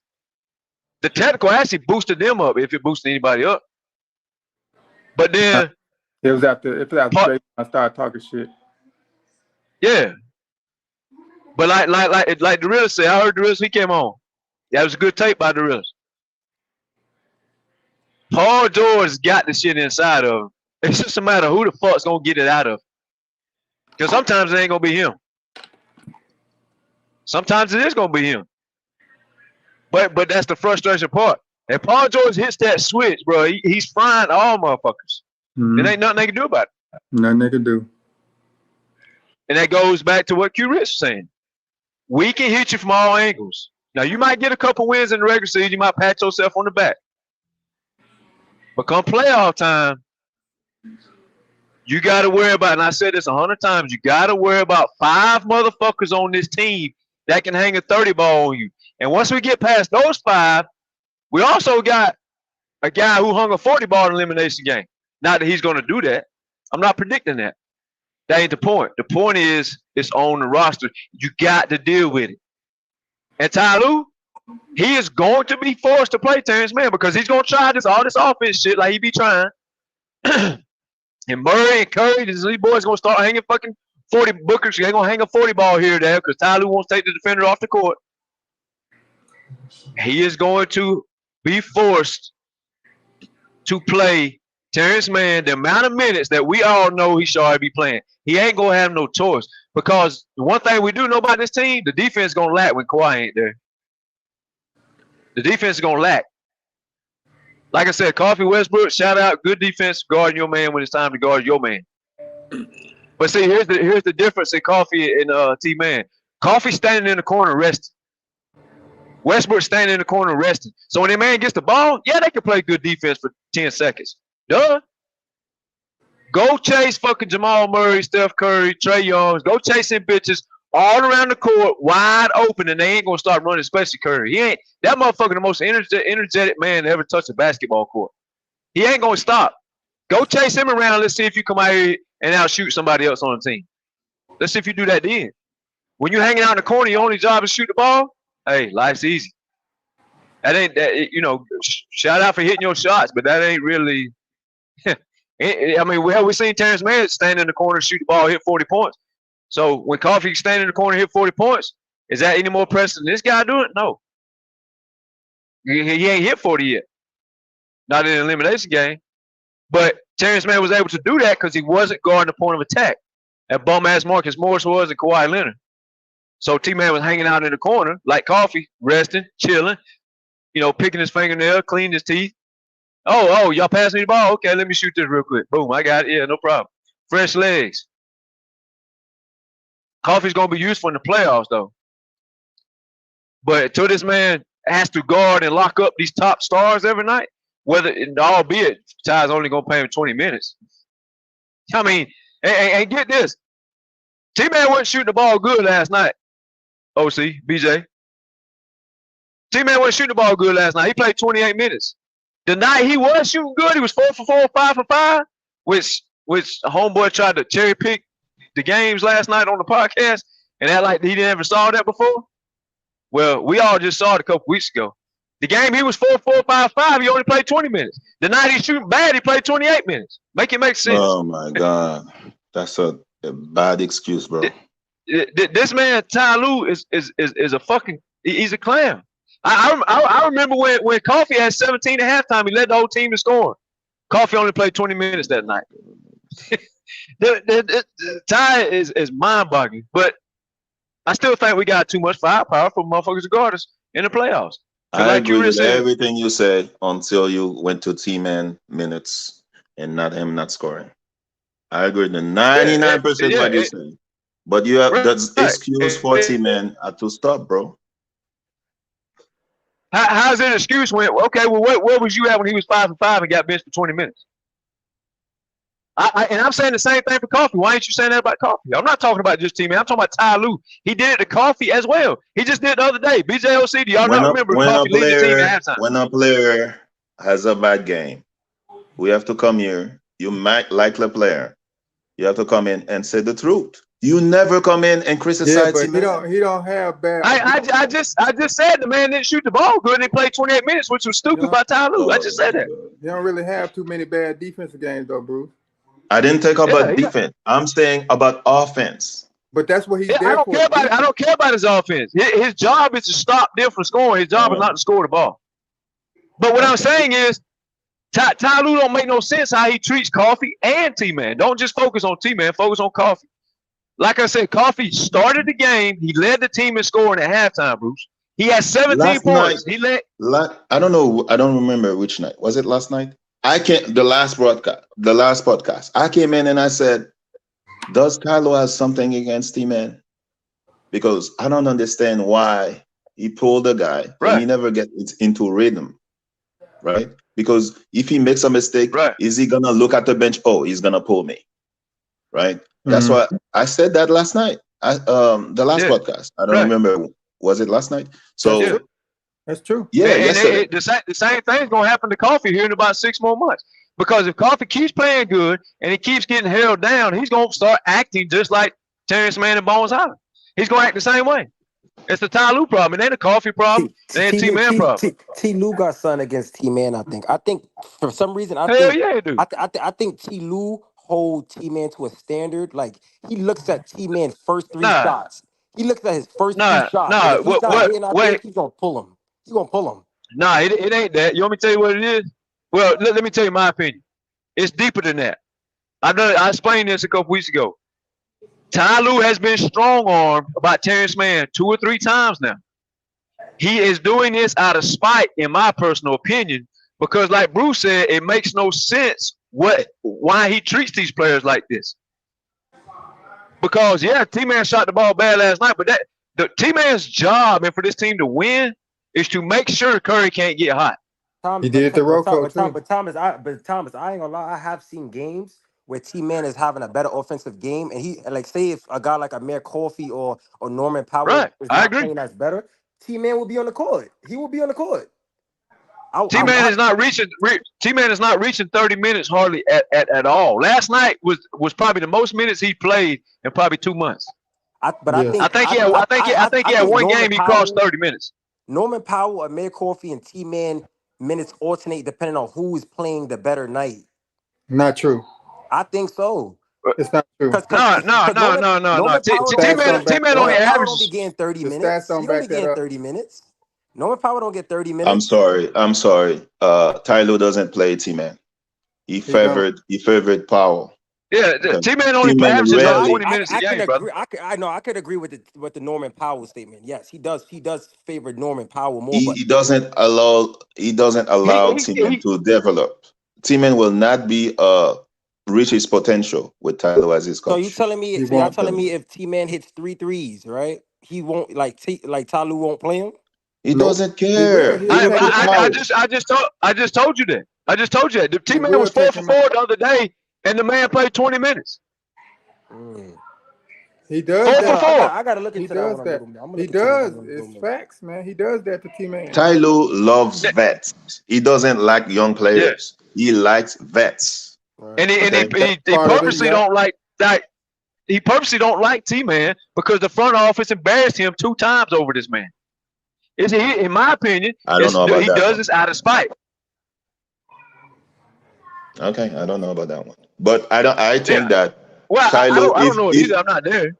if the Clippers don't win this year, the next day they kicked up, they get eliminated. Tyler should be fired. And Hell yeah. Hell yeah. I agree. I agree 100%. like I just said, T-Man will not reach his potential with Tyler as his coach. Yeah. Neither will That's what I Coffee. think. Coffee can play. Coffee and T-Man right now both can get better, in my opinion. Both can. But when you get penalized for playing good, like put it this way, whoever that was just talking, put it this way. Westbrook was the worst player in the whole fucking game 2 nights ago. The motherfucker played 31 minutes. He's the worst player on the court. Because he's a vet. He was right. Well, that's one of them. But I agree with what Bruce is saying, and I also add to what Bruce is saying. I think he does it out of spite. Because, like I said, no coach gets humiliated. Not Ty Lue been humiliated 2 times now in the past fucking 12 months. He's got publicly humiliated. And I think he does out of spite. I told BJ, I said, just because he named Terrence Mann as starter, he said, "Are you happy now?" I said, "Not sure yet." Because if he starts T-Man but still holds him to 20 minutes, no, it's not happy. But like I said, in the playoffs, he's gonna be forced to play the best defenders. Because when he tries this power Harden and Westbrook shit in the playoffs, they get fried. Because the other team is going to target all 3 of them. Except for Westbrook, he's hard to target on defense a lot of times. But he also is lazy on defense. So if it's his turn to rotate, he's not rotating. He's going to the rim, hope he gets the stat for the rebound. That's what he hopes. That's what he plays. But he does guard his man. But that's not all there is to defense. And they will exploit that. And they also are going to play 5 versus 4 when he gets on the court in the playoffs. See, every team ain't going to show their hand like Minnesota did. They showed that shit too early. They should have saved that for the playoffs. But I'm also hoping Ty Lue don't even revert to that idiotic shit and think he's going to play Westbrook for 30 minutes in the playoffs because he's going to get played 5 versus 4 just like he does anywhere else. All right. Y'all can you can hear me, BJ? Yeah, BJ. you loud and clear, really. Oh, okay. No, but what I was saying earlier, man, to me, I felt like Plumlee, what he did changed the game in my eyes. I'm watching the game and I'm just thinking like, man, we just out here looking bad. It's like we don't make teams, and I know I done said this shit multiple times. It's like we adjust to teams and we don't make teams adjust to us, even though we the better team. Right. And I'm just looking at this game. It's funny, BJ, because I'm just looking, I'm like, okay, this is bad. So I hop on YouTube, well, I'm already on YouTube. I hop on your video because I'm about to send you a message now because I'm mad now. I'm mad. But then Plumlee, Plumlee did that shit. And, I said, this is going to be the turnaround point. This is going to be the turning point. T. Lue get ejected. Now, yeah, Golden State made, I think, 3? I think it was 2, but it could have been 3 times. But what I'm saying is the energy change. See, what Draymond did, I don't think PG liked that shit. Because even after, Ty Lue got ejected, and then who shot the free throws? Who shot them tech free throw? That white boy, right? Or was it Klay Thompson? It was one of them. Podziemski. Right, because he missed both of them, right? Yes. Yes. PG and Draymond was still having words. Yep. So I just felt like that shift now. Now it's like, okay, let's get this win now.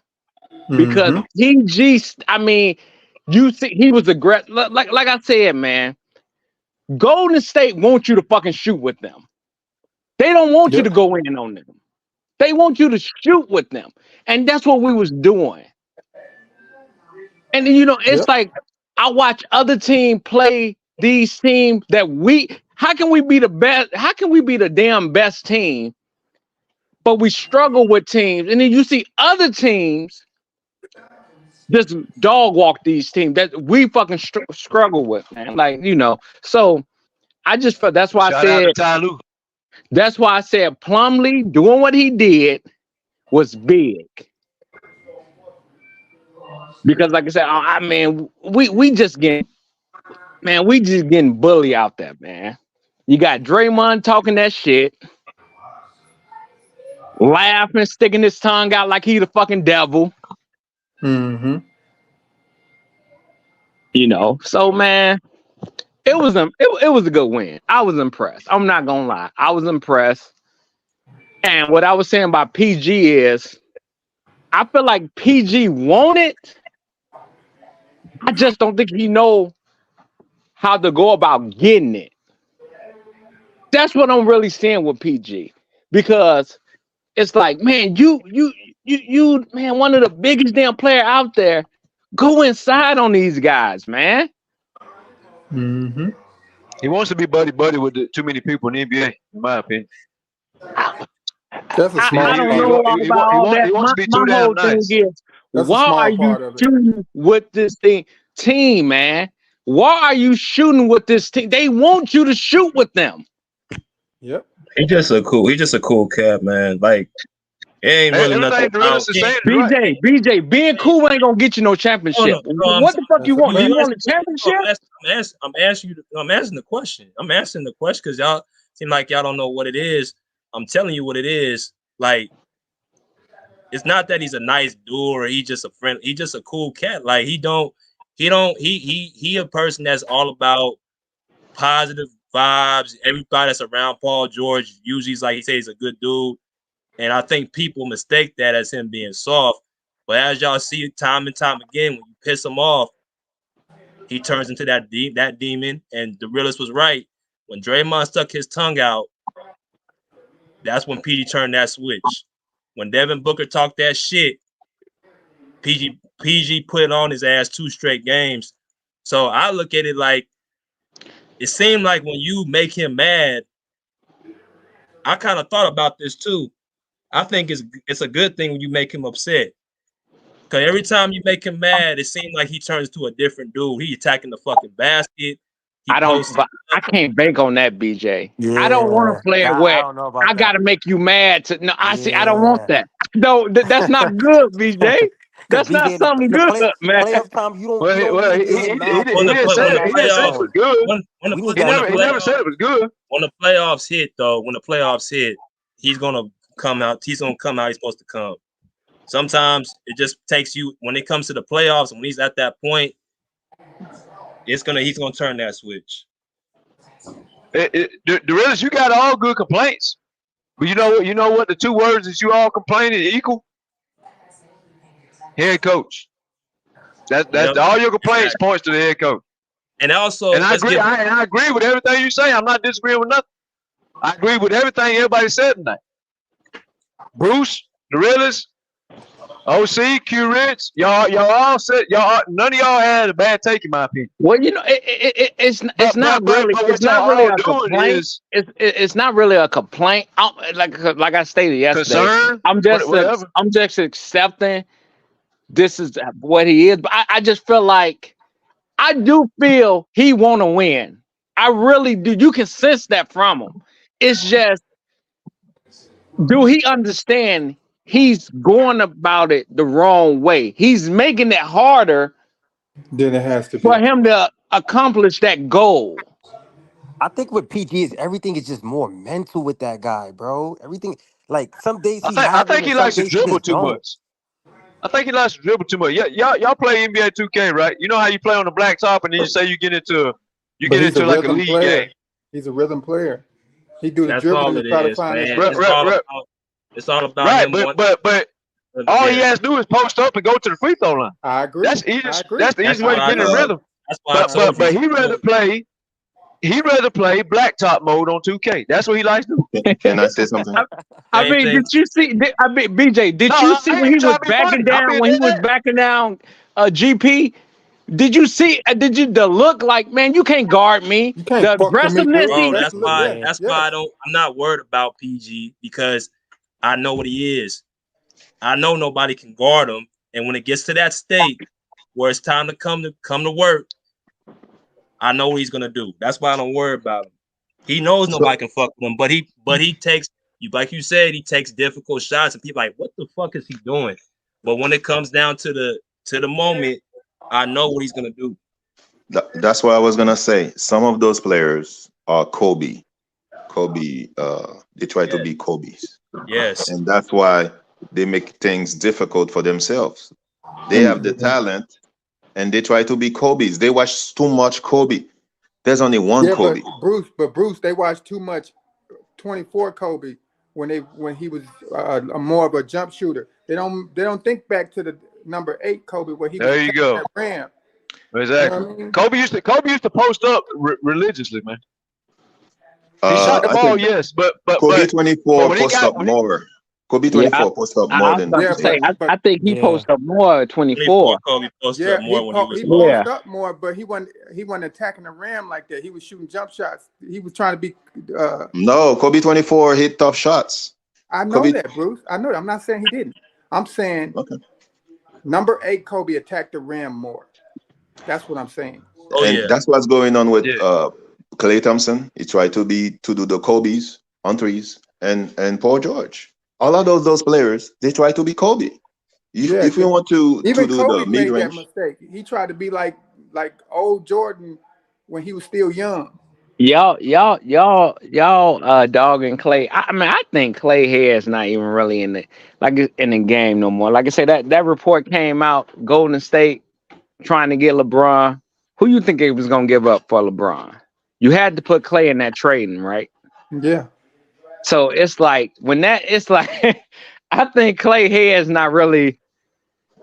Clay here is probably all over the place, man. You right though, because that foul when he made that 3 Yeah, with but like Clay 36 been seconds struggling left for was like 2 or 3 bonehead years foul. outside the championship. I'm run. sorry, it's not that report like that this. made Klay No, like no, this. no. I'm just saying that just added on to it because it's like it's one thing of hearing rumors, but then actually hear, hey, we was going after LeBron, and if we going after LeBron, you got to give up one of your star players, right? You ain't giving up Curry. They ain't trading giving up Wiggins. They Draymond. were gonna trade Wiggins. I don't think they would trade. They Klay. was I gonna think- trade, They were man. gonna trade both of The them. Lakers weren't taking no Wiggins, man. All right, They were they'll gonna trade both of them. Wiggins, Moody. No, Some of no. those. trying to tell you. I would have took And Wiggins Clay. before I took this version of Klay Thompson. The hell? What No, I'm but saying Klay- This version is, of Klay Thompson. what I'm Klay- saying Klay- is, Klay- Golden Klay- State was It's a damn prepared. Klay to make the money work. Golden State was prepared to put Yeah. Clay in that trading. They was feel that. prepared to do that, right? This So version that's of all I'm Klay, saying. this You gotta version of have Clay in Klay, that. You gotta have Clay or Draymond in that deal to make the money work.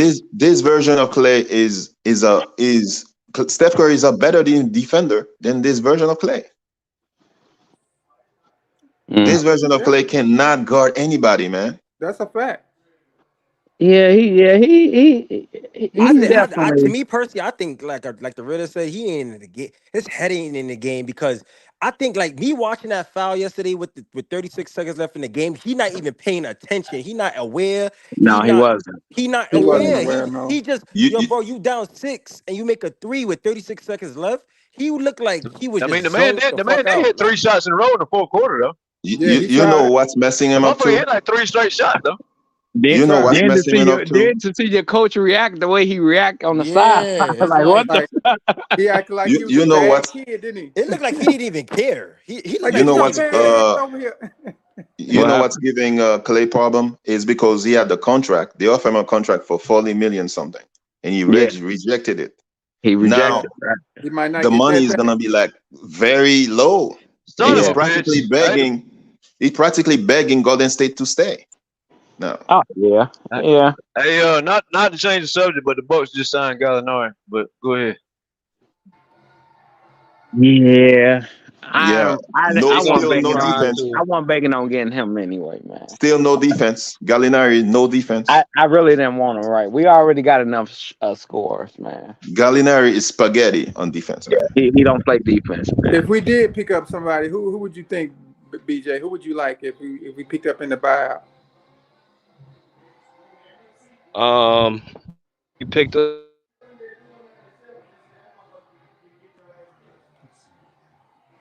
I ain't hear nothing. I need to know who the hell's on the buyout market first. Gallinari's the last one to be bought out. I don't think we really need anybody else.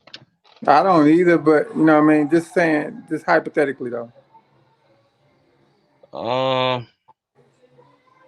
don't know, man.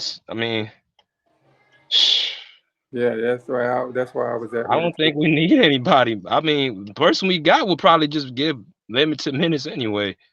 You know what I mean? We picked up Tice, PJ Tucker. These guys are barely getting bored. So, you know, it will just create more havoc, create more problems. We picked up more. I think the Clippers should cut Tucker. We don't want any negative vibe going to the playoff. I think they want him to take a buyout, and when him coming out saying he's not going to take a buyout, and they don't want to just. Did he say that? I think they worry about what team he gonna go to, but then, like I said, they want him to take that buyout. So since he don't want to take it, send his ass home. Did he say that? Yeah, he said he's not taking a buyout. We saw the Chiefs in the Super Bowl with a wide. He can't control the buyout, right? They control the fucking buyout. We saw the Chiefs in the Super Bowl with a wide receiver disgruntled, and they practically bench him because they want positive people. I don't think we had it last year with Marcus Morris. Do we want the same thing here? Now I didn't know Bones was in his feelings. That was a shocking shit. He seemed like. Well, I get. Bones got a right to be in his feelings, though. I get it. That's why I said they publicly benched his ass. That's why I just said I get it. I get it with him being in his feelings. That's why he left the Nuggets. He want to play. That dude was the best scorer off the bench for like a fucking 3 weeks, and they still benched him. I'm talking about when the season started too, not like just 3 random weeks. Bones would be good on a rebuild team. He need to go to another team other than the Clippers. Let me go to.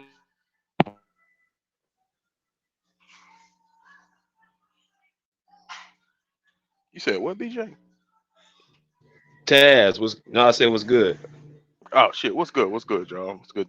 BJ, what's good to the panel? What's good? Man, I watched that game last night. Man, same old shit. But I do gotta say, I believe that game was more of a Warriors default than just the Clippers win. Like, they did good to come out on top with that win. Like, I'm not gonna discredit none of them on that. But if we notice, they play a small ball game like we do, and they can't beat us at that game no more. We control the small ball game. They have no interior defense. They don't have an interior presence at all. And PG exploited that shit. Like, he completely exploited that at the end of the game before he fouled out. Backing down. He was locking up Curry too. I forgot to mention that in my statement. Go ahead. He locked up Curry you said that, late in that game. Yeah. He was in his bag once y'all said he got mad. Once Draymond and him was going back and forth. Go ahead. He did. No, you good. He did his thing though. But as you can see, like when Norman Powell started getting on that run, PG was going to the rack. We saw James Harden actually trying to get to the basket. We saw different people trying to get to the basket because we finally realized they ain't got nobody down there, you know. And then you got wide open threes in the corner like that. Them is free throws for Norman Powell. That's something he's gonna do. He's gonna knock those down regardless. I don't care if he's wide open. I don't care if he got a man on him. He gonna knock down a corner three. He's one of the best 3-point shooters in the corner this year. You feel me? So I'm looking at it more as we should have got rid of PJ Tucker to get a little bit more size. Like, I understand what y'all saying that we don't need nobody, but that Timberwolves game, Yeah, that's true. Didn't nobody want his ass. He old as fuck, you know, and he can't produce nothing on offense like LeBron can. He can barely do shit on defense. You know, he's still fucking 6'5", a 6'5" power forward. What the fuck is the league gonna do with that nowadays? And he got a player option to get the same contract next year. But he sabotaging himself. Like the NBA just fined his ass because he came out publicly and said that shit. You know, so it's like I saw what happened to the Timberwolves. What happened with us with the Timberwolves, and this is what I tried to tell you, the realists, when we played Cleveland. That inside presence, when we scared to go inside to paint, it ain't pretty for our team. We ain't got a good drive and kick game because we all looking for shots. And if you got long defenders that can contest all of those shots, like the Timberwolves, like the Cleveland Cavaliers, shit, even Dallas gonna have that kind of size pretty soon. Well, they got it now. But when we play against teams like, how do you feel about this, Zay? Do you really think Powell's gonna shoot back? Y'all niggas keep calling me Zay. My fault. The both of them bitches got a Z and A in. Yeah. Hey, so let me ask you this. This is what I was trying to tell the Minnesota fans and Clipper fans to relax. Brother, if they leave fucking Powell standing in that corner like that, if you take Westbrook off the court, you put Coffee, T-Man, and Powell in that corner, and Gobert leaves that corner, Powell's going to have 4 games like you saw last night before he has 4 games like you saw versus Memphis. That's why we would beat these teams, because you can't leave our shooter standing in that corner like that. The only reason they was able to do that shit is because fucking Westbrook was on the court. If you get him off the court, we're shooting all these big dudes right off the court. I mean, I get you, but at the same time, like Minnesota, they got besides Gobert, they got long people that can shoot the ball too. Yeah. So like when it comes to Norman Powell, one reason why it makes like his game so difficult is because he likes to get to his right hand layup. He likes to get inside the paint and lay the ball in.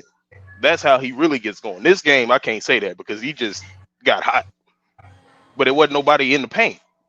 Everybody was trying to focus on the paint because we was attacking the paint then. And then that's when we started scoring in bunches. But with Minnesota, like when Kawhi tried to go in, met Rudy Gobert, fucking scared.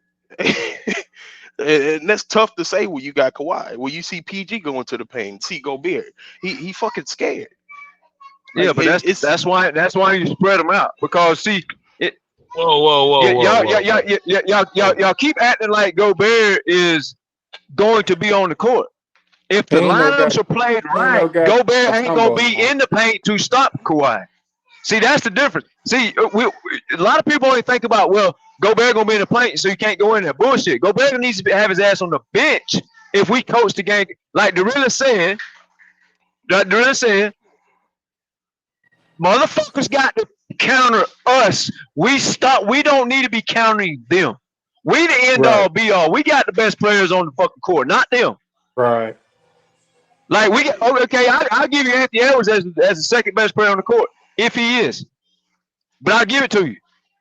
The top 4 players on the fucking court, 3 of them belong on the Clippers. They got 1. So, but when you put Westbrook on the court, you allow Gobert to do exactly what you're saying, brother. Stop Kawhi and Paul George. But guess what?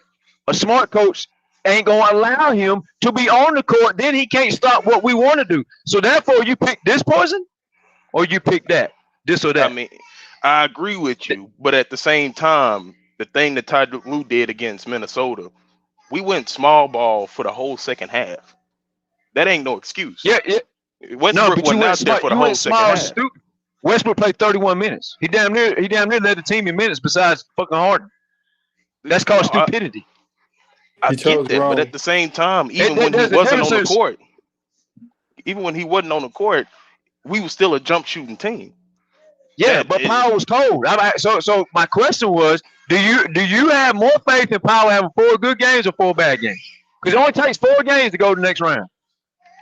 That's my question. I have more faith in Powell having 4 good games when Norman Powell can actually get to the rack and score.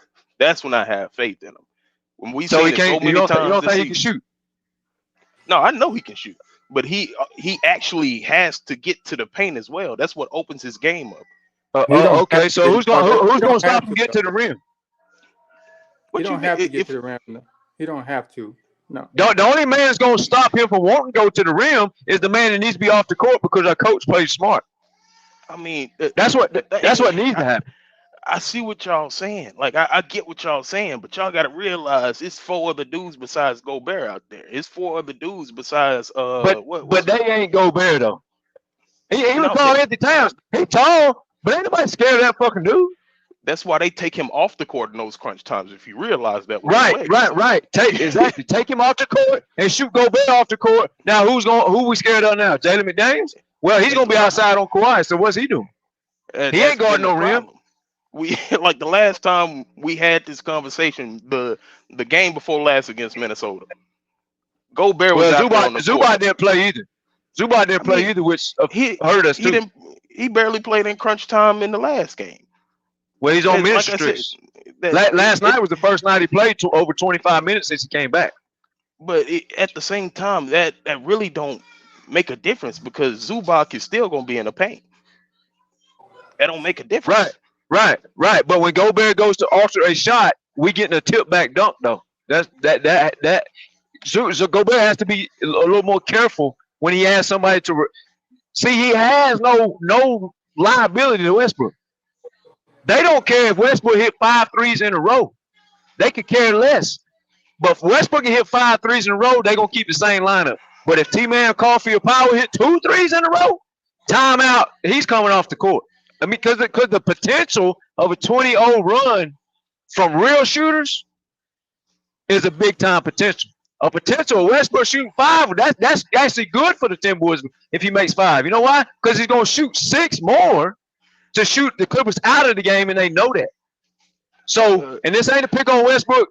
This is just fucking X's and O's of basketball. I'm not picking on Westbrook for all the Westbrook fans in the chat. What are you talking about? Facts are the facts. If Westbrook's not on the court, Powell, you listen. You put Powell, Harden, Paul George, Kawhi, and pick one. Pick one. Coffee, T-Man. Run a shooter out there, a real shooter, not Westbrook. Run a real shooter out there. They hit 2-3 times. They hit 2 or 3 shots in a row.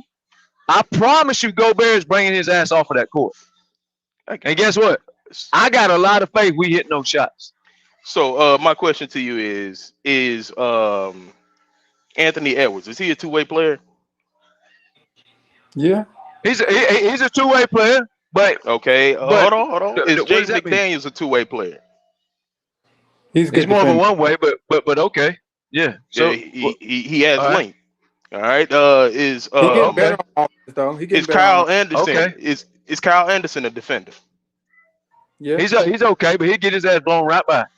Yeah, he can get blown right by, but he'll still be in position, especially on the perimeter. And that is my point. What do you mean? How? He's too fucking slow. Look, you're talking about guys. So you saying they're gonna lock us up? No, what I'm saying is you and Anthony Edwards is a two-way player, but he's not a two-way lock. Defense. No, I'm not saying he don't have to be a two-way lock, just like Norman Powell don't have to be a two-way lock. All right, Norman Powell is a two-way player, but at the same time, he needs his shot, so he's not gonna play defense that often. But like you said, if you got guys in the corner, what the fuck do these two-way players have to do guarding the point of attack? If they can sit in the corner with the guy that can shoot, that's gonna make the guy that can shoot job a lot tougher, and that's what we saw against Minnesota. And that's just the fact. What you saw against Minnesota was guys missing wide open shots. That too, they was missing. But what was the reason why? Right. Because they missing. Because they missing. They ain't contested. Did nobody have a rhythm out there? Nobody had a rhythm. Even Kawhi didn't have a rhythm. And it's hard to put Kawhi in that boat. And one of the reasons why is because he could barely even get to his back down game. He could barely get to his post. Right. But you know why they didn't get in the rhythm late in the game? Because they was playing 5 versus 4. Yeah. That's why. We actually it's easy. See what you're saying What you're saying is accurate, but it's only allowed to be productive because they know who's behind him. See, here's the thing: when Gobert ain't in that paint, they can't press up on Kawhi and Paul George like that because they're getting blown by. But they can press up on them because they, like you just said, they know that they don't even want to go to the rim because Gobert is there. But see, when you change the game, like the realist has mentioned, when you motherfuckers have to adjust to what we doing if we play smart. See, this is the whole key because you got some good points. But the points only come down to the damn coach who puts the dummies on the court that don't need to be on the court. Because in a full game series, if you think Gobert is going to be able to stand in that paint with our shooters on the court, if they play correctly, you sadly mistaken. Because we are going to knock down the shots. And Gobert is going to bring his ass out that paint. I mean, I agree with Thomas. It's a guarantee. I agree with Thomas. It's a guarantee because we got too many fucking shooters. That's serious. You gotta damn near can't even play Russ as much because you got to get Rudy off the floor. Absolutely right. You got to get him off the floor. So, but see, when you're limited, you can't play every series. Because see, let me give you a better example. If they bring in a cat, hold on. Let me just put this. I'm gonna let you get your example off. If they do that and then they bring in Cat, what did Cat do against us last game? He ain't done shit to Kawhi all fucking his whole career. Hold on, that ain't my question. What did Cat do to us? He was aggressive. He was aggressive. Like I told you, he was aggressive because he was aggressive.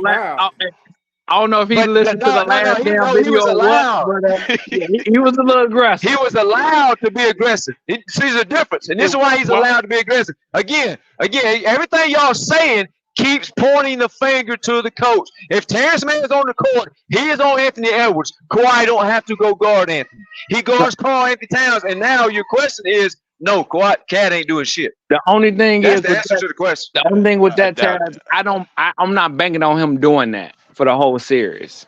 Yeah, you talking about the playoff. You talking about playoff. I'm not banking on Cat doing that. Look, I'm talking about big teams, period. I'm not just talking about the playoffs. I'm talking about big teams, period.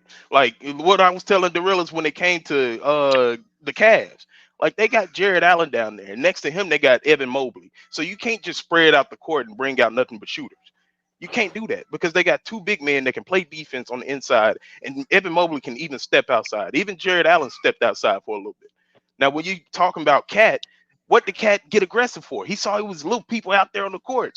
Right. He's the biggest man on the court. That gives him every reason to be aggressive. What are you talking about? The wrong little man on the court. That's why this is the key. See, this is why Ty Lue has had no choice. See, y'all gonna learn this in the playoffs. Y'all get tired of me saying it, but y'all gonna face in the playoffs whether I say it or not. Ty Lue is not going to be allowed to take Terrence Mann off the court because it's not. I don't give a fuck about Terrence Mann. Trade it for Caruso. Let's just use Caruso as a name so the chat and other motherfuckers will stop being ignorant and petty. Take Caruso and Kawhi on the court, eliminate the impact of Anthony Edwards and Karl-Anthony Towns at the same fucking time. When you do that, that team is in deep trouble. But when you take Caruso, off of the court, then Kawhi immediately has to go get on Ant because Harden, Powell, Westbrook, and Paul George can't stay in front of Ant. There's only two people that can do it.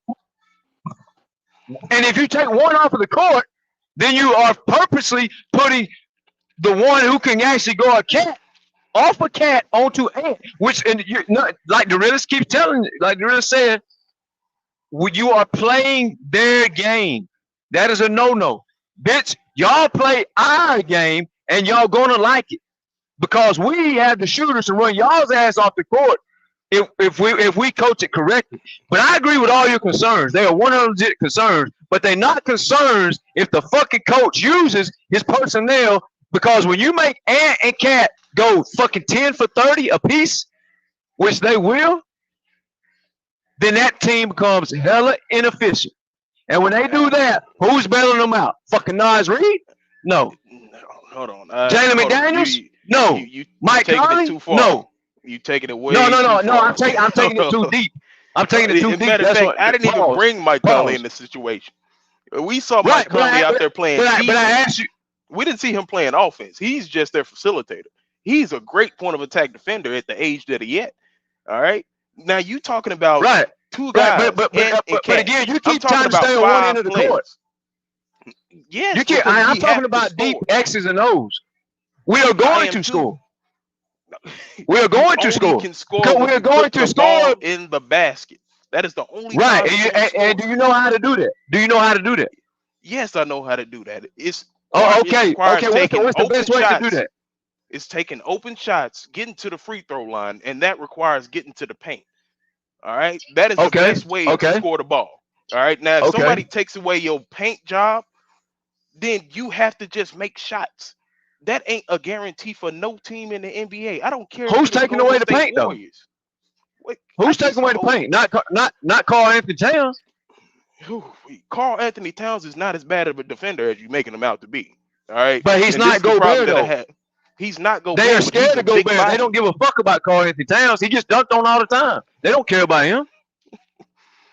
I can agree with you on that. But that still don't take away the fact if a Karl Anthony Towns and the Norman Powell is going head to head in the paint, Norman Powell has to cover a lot more ground than Karl Anthony Towns does. That is X's and O's. You gotta see the basketball. Again, Karl Anthony Towns can't guard nobody on our court. If we got guards on the court, he's getting blown right by too. Since when does Karl Anthony Towns or Gobert going to guard a real perimeter player? Since when does this shit happen? Is this some shit that came out from the president of the United States in 2024? When did this shit happen? I mean, it's the same thing with Zubac. When Zubac has to step out and guard a perimeter player, where is he effective? When he gets blown by and when he has to catch up and block a shot from behind. He can be effective in that way, just like Gobert can. All right. Right. Now, but here's the thing: they don't got the shooters to do this. We do. They do. What are you talking about? They ain't got the shooters. They don't. The only non-shooter on that team is Gobert and Kyle Anderson. Every other player on that team is a shooter. Them guys are not outscoring Powell, Harden, Paul George, and Kawhi in the playoffs. They're not shooters like that, dog. They're not shooters like that.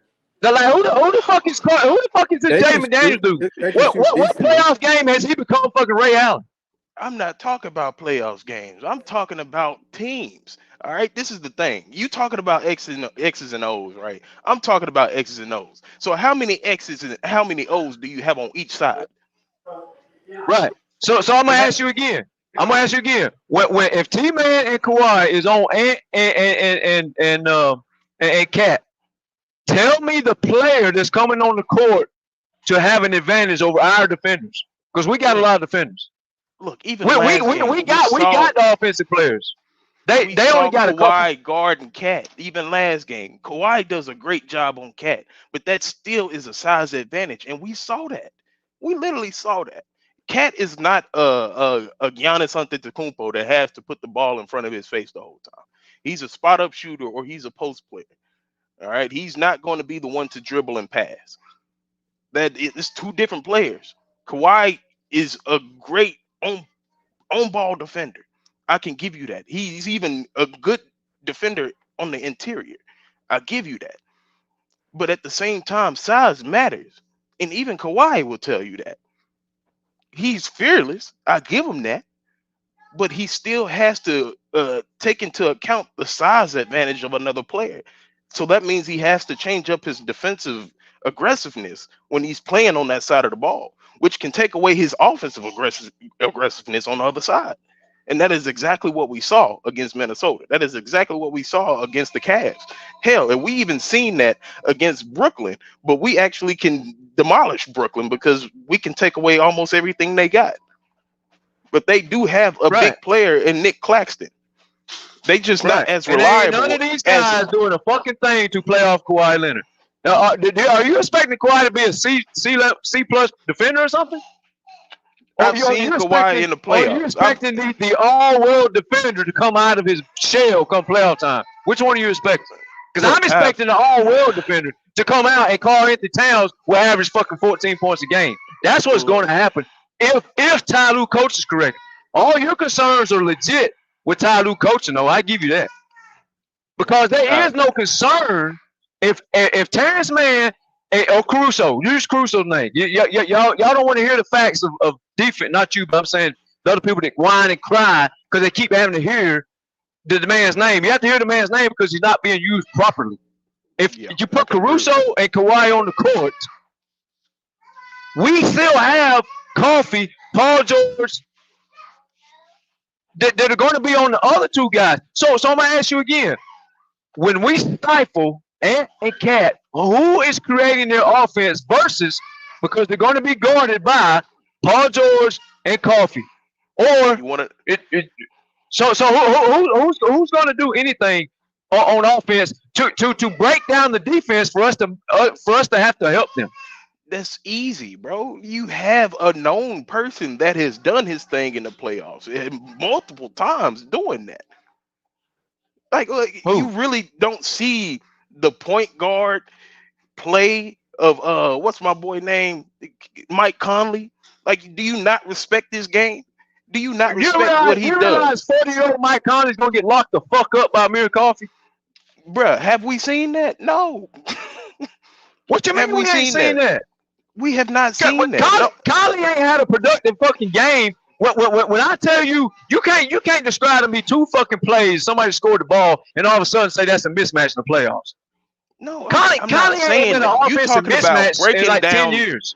You talking about breaking down the defense. This is what Mike Conley's job has been ever since he got into the NBA, and he's done it at an elite level. Okay, right. So guess what? He's 40 years old, and Coffee is young in his prime. So I'm going to ask you again, what is he going to do to Coffee or Paul George? Which one do you want to guard? Pick one. Look, which one would you rather have? Would you rather have experience or would you rather have youth? Pick one. Okay, get Conley off my court. I put Paul George, I'm going to lock his ass up. He won't even score a basket. Okay, what's next? Put Paul George on him. Then who you got? Who you got is the question. Nobody. It's called breaking down the offense for a reason. It's called X's and O's for a reason. You got screens, you got pin downs, you got all kinds of stuff that Mike Conley uses to his advantage. We were full switch all that shit. Okay. All right. So all of a sudden, this dude Mike Conley, who ain't done shit, can't carry no team in the playoffs in 10 years, all of a sudden he's going to abuse Terrence Mann, Coffee, Paul George, Kawhi, and if Westbrook gets his non-shooting ass on the court, he just going to get switches on all 5 or 6 of these defenders and just start abusing them. Mike Conley, your point was breaking down the defense. That is your point, right? Mike Conley, I have seen Mike Conley do that multiple times in the playoffs. I seen it a long time ago too. And I seen him do it versus non. We have prime defenders over here. If you don't know who Coffee is, I suggest you go watch. Because if you think he's about to pick on Coffee, you're crazy. Yeah, I'm with Tom. I know. Let me ask you this. Hold on, Lewis. Let me ask you this. So you just spoke about you saw Conley do all this before, right? You know what else we saw before? Karl Anthony Towns choke his fucking whole career away, week after week, playoff after playoff. So we just going to ignore him doing that? But yet we want to talk about what Conley's done before? So okay, well, Cat chokes his whole life away in the playoffs every year. He can't score the ball under 3 minutes when it matters most. He's a fucking choke artist. He's the worst choke artist than anybody on our fucking team. So if you want to go back in history, then you just take Karl Anthony Towns off the court because he's useless. Is that what you want to do? No, I'm not trying to be rude. I'm just saying keep the same philosophy on both sides of the court. If you're going to go back in history, then let's go back in history. Because Karl Anthony Towns fucking trash in the playoffs. Dude sucks.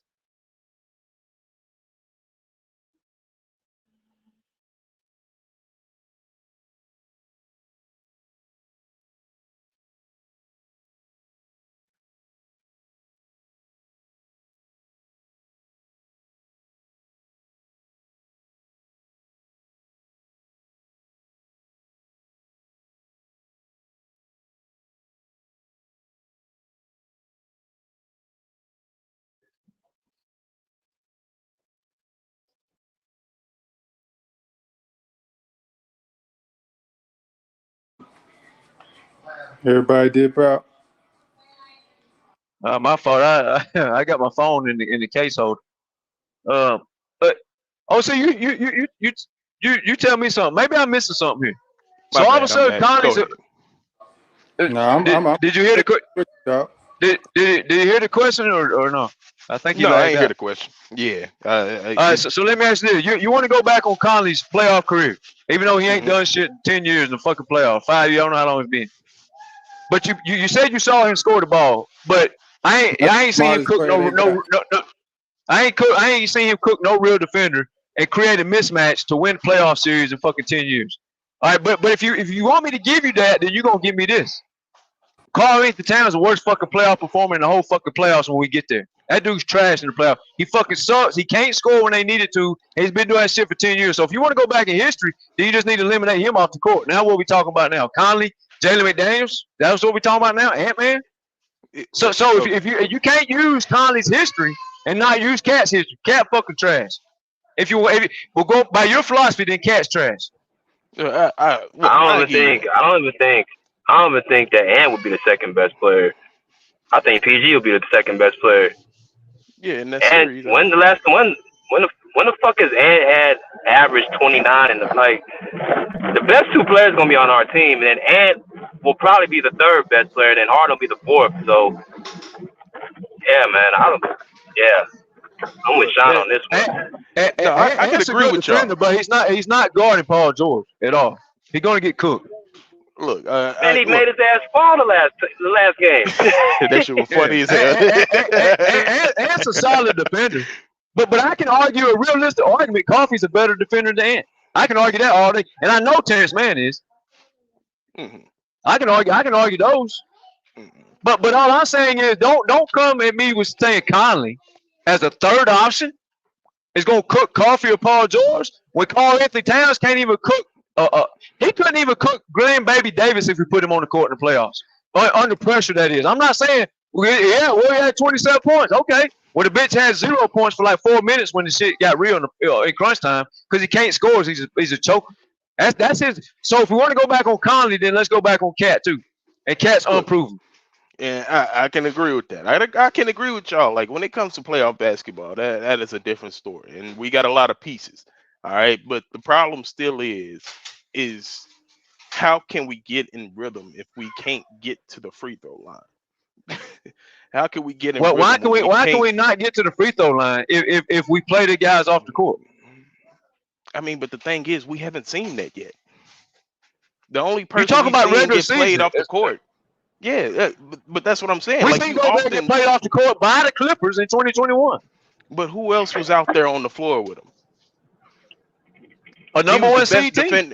He was the best defender on that floor. Like literally. Right. For 3 years. They had defenders. They had defenders on Utah. They had Royce O'Neal. They had Joe Ingles. They had defenders on that team too. We can't put Royce O'Neal and Joe Ingles in the defender category going against a Paul George and Kawhi. We can't do that. I mean, it's the same thing with McDaniels and Anthony Edwards. They're gonna get their ass cooked too. Anthony Edwards is a way better defender than Joe Ingles, and I can give him as a almost even to a little bit better than Royce O'Neal. So let me ask you this.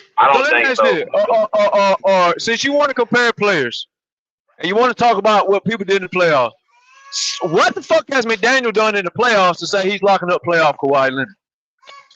No, I'm not saying he's gonna lock up that. I'm saying that it's a problem when Kawhi can't get to his spots. Once he see a Gobert, it's a problem when he's trying to get to his spots. Again, we have options to get Gobert off the court. I mean, we got to do that. In my opinion, we are. Because we ain't gonna have no choice. Because Ty Lue, there's one thing we do know about Kawhi Leonard. He's going to walk in that locker room and he's going to tell the coach, your shit ain't working on defense. I'm lining this defense up. He's going to do that. We done seen it twice. And we didn't see it. We heard from Nick Nurse and Ty Lue both. They both said it. They both said this man walked in there and said, Coach, we're doing this shit my way from now on.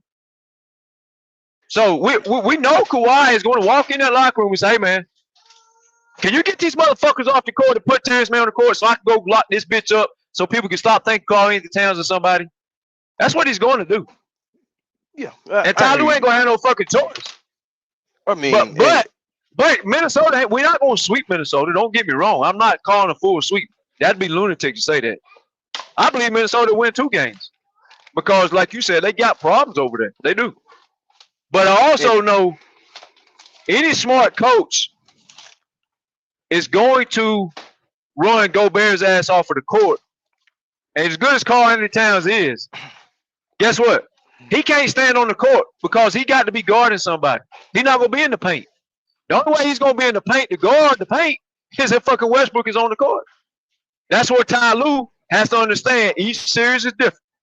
Now, if the Clippers play Golden State or Denver, Westbrook is going to fry their fucking bench because they got nobody strong enough to keep Westbrook off the block on the bench. Yeah, I can agree with you. Like when I saw Westbrook in the game that fourth quarter, I was like, we lost this one. It's over with. Hell yeah, we lost. I didn't even watch the game. I have CDLs. I was asleep. I had to get up early. All I did was look at the box score, call BJ the next day when he woke up. We talked about it, and I said, BJ, I'm assuming this is what happened. Just by looking at the box score. Westbrook played 31 minutes. Plumlee, Tice didn't hardly play, and Zubac only played 24. Yeah, they had Westbrook in the 5-ball lineup for 31 minutes. I'm assuming Gobert was guarding him and took advantage of it. I called that shit. You can ask BJ. He's sitting right there. You asked. I said what happened just by fucking analyzing the box score. And I'm not saying analyzing stats. I'm talking about analyzing the minutes played in the game. Yeah. Because if Gobert was played off of the court, his minutes would look more like 19 minutes. Right? He wasn't even played in the fourth quarter. But he played because Westbrook was on the fucking court, which is one of the reasons I can't stand Ty Lue. Because I understand everything you're saying, and if Ty Lue coaches wrong, everything you're saying is gonna be true. And I'm not even saying just that. Like, if we're not making shots, that's what's gonna make everything true. Because if we're not making shots, Gobert can stay on the floor as long as he wants to. Yeah, but we're gonna make shots. If four out of 7 games, we're gonna make enough shots to win 4. Yeah, and that's what I believe that. I believe that easy. And that's what I'm banking on. Like, I still got the Clippers to win it all. Like, regardless of what all I'm saying, I'm still taking the Clippers to win it all. Okay. Like, I'm just making sure I see the game how it's actually played in the regular season, because we have to take account into that. We have to take that into account. Like, well, we can't just sweep that under the rug. You feel me? You can't sweep it under the rug, but you also can go look at all the Minnesota's losses and say, well, these motherfuckers got a lot of concerns over here too. Yeah, and that'll be their biggest problem is they IQ. Like, I don't understand why they won't put a Naz Reid. I'll put him at the 3. Forget all that. Like, I completely put Jaden McDaniels on the bench and insert him into the starting lineup. That'll be way more of a concern to me. You want Kawhi to average 40 a night or something? Shit. Okay. Naz Reid is not doing nothing Jaden McDaniels is doing on defense. Not on Kawhi Leonard anyway. Oh, okay. Hey, that's all I'm saying. It's okay on that. I ain't got nothing to say because I haven't seen it yet. I have not seen it yet. For some reason, Minnesota coach only played Naz Reid about anywhere from 20 to 25 minutes a game. That's terrible to me. That's terrible coach. But I ain't got much to say to that, honestly. So you're a bench Jalen McDaniels to start Naz Reid? Hell yeah. It's a more consistent shooter, a longer defender, and he can actually move the ball, and he can assist the ball. He can do everything that Jaden McDaniels can do except run at the same speed. That's the only thing that Naz Reid has against him right now. Like, and we wouldn't have this big of a problem if we saw a Naz Reid on our team instead of a let me see. Well, I mean, Mason Plumlee. I agree with that. Then Plumlee or Tice, I agree with that. Tice, sure. Yeah, like if we had Naz Reid instead of Plumlee or Tice, we can put Naz Reid in for 25, 30 minutes right there beside Zubac, and that'll keep the floor evened out. And you can start James Harden, you can start Naz Reid, you can start Paul George, you can start Kawhi and Zubac. Like that'll be a death lineup, honestly. Because we'll have the size, we'll have the speed, we'll have the defense, and we'll have the shooting. And no, I agree with that. But they take Jalen McDaniels off that court. Somebody's getting fried. yeah, I can agree with that too. But and that's one reason, because not only does he do that on the defensive end, he also can shoot the ball at a pretty good clip. It ain't high, but it's pretty good, as we saw the other night. Because I know you didn't watch the game, but that boy was hitting corner threes after corner threes. You know, and Well, I mean, yeah. That's another problem with playing Westbrook at the small ball. See, a lot of people, they watch a couple plays and they be like, oh, well, this man's an all-world defender. No, James Harden and Westbrook and Powell, you put them three on the court at one time, you are getting a bunch of non-rotating guys. So like you said, let's break down the defense. You break down the defense, and anybody knows basketball, the defense has to move on a string. When this guy's headed to this corner, this guy behind him should already know he's at this corner and already be headed to him. This ain't a wait to see where he goes and then move. No, that's not how it works. Motherfuckers start moving before it's even time to move. That's how you swing on defense. Well, yep. No, you're right. What you Harden and Westbrook are three non-rotating motherfuckers. Now, will they close out the challenge one shot? Yeah. But to sit there and move on a string for 24 seconds all game long for 4 quarters, they're not doing that because they're all lazy on defense. They'll guard their man. And it's hard to call Westbrook lazy. He plays hard, right? But he's fucking lazy on defense. He's going to guard his man for 100%. After that bitch is rotate to the rim to get a rebound for his stats. That's what he does. And it's not no hate. It's just fucking facts. There's no point guard who should be grabbing a lot of fucking rebounds unless they're not doing something on defense. Because if you have responsibilities, you don't have time to rotate to the paint because that's what the big should be doing, because you should be rotating the perimeter. Yeah. Right? And like even with James Harden, Luka, Westbrook, all them boys, Curry, all them boys getting 9-10 rebounds, they hurting their team on defense to get the rebound. Because they shouldn't be in position to do that. Because your small people should be the people rotating the perimeter. They shouldn't even be in position to grab the rebound unless it's a 90-foot rebound. And the minute you tell me these guards are grabbing 10 90-foot rebounds, you're lying to yourself. So I can agree. That's another thing that's going to help Minnesota.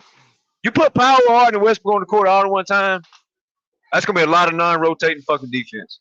Now they might guard their man, but defense-wise, team defense and rotating, it ain't happening. They're going to get cooked. And that's why I said in the playoffs, people are going to see this. They ain't got to listen to me. They're going to see in the playoffs that these guys are not going to rotate. Ty Lue is going to have to call timeout.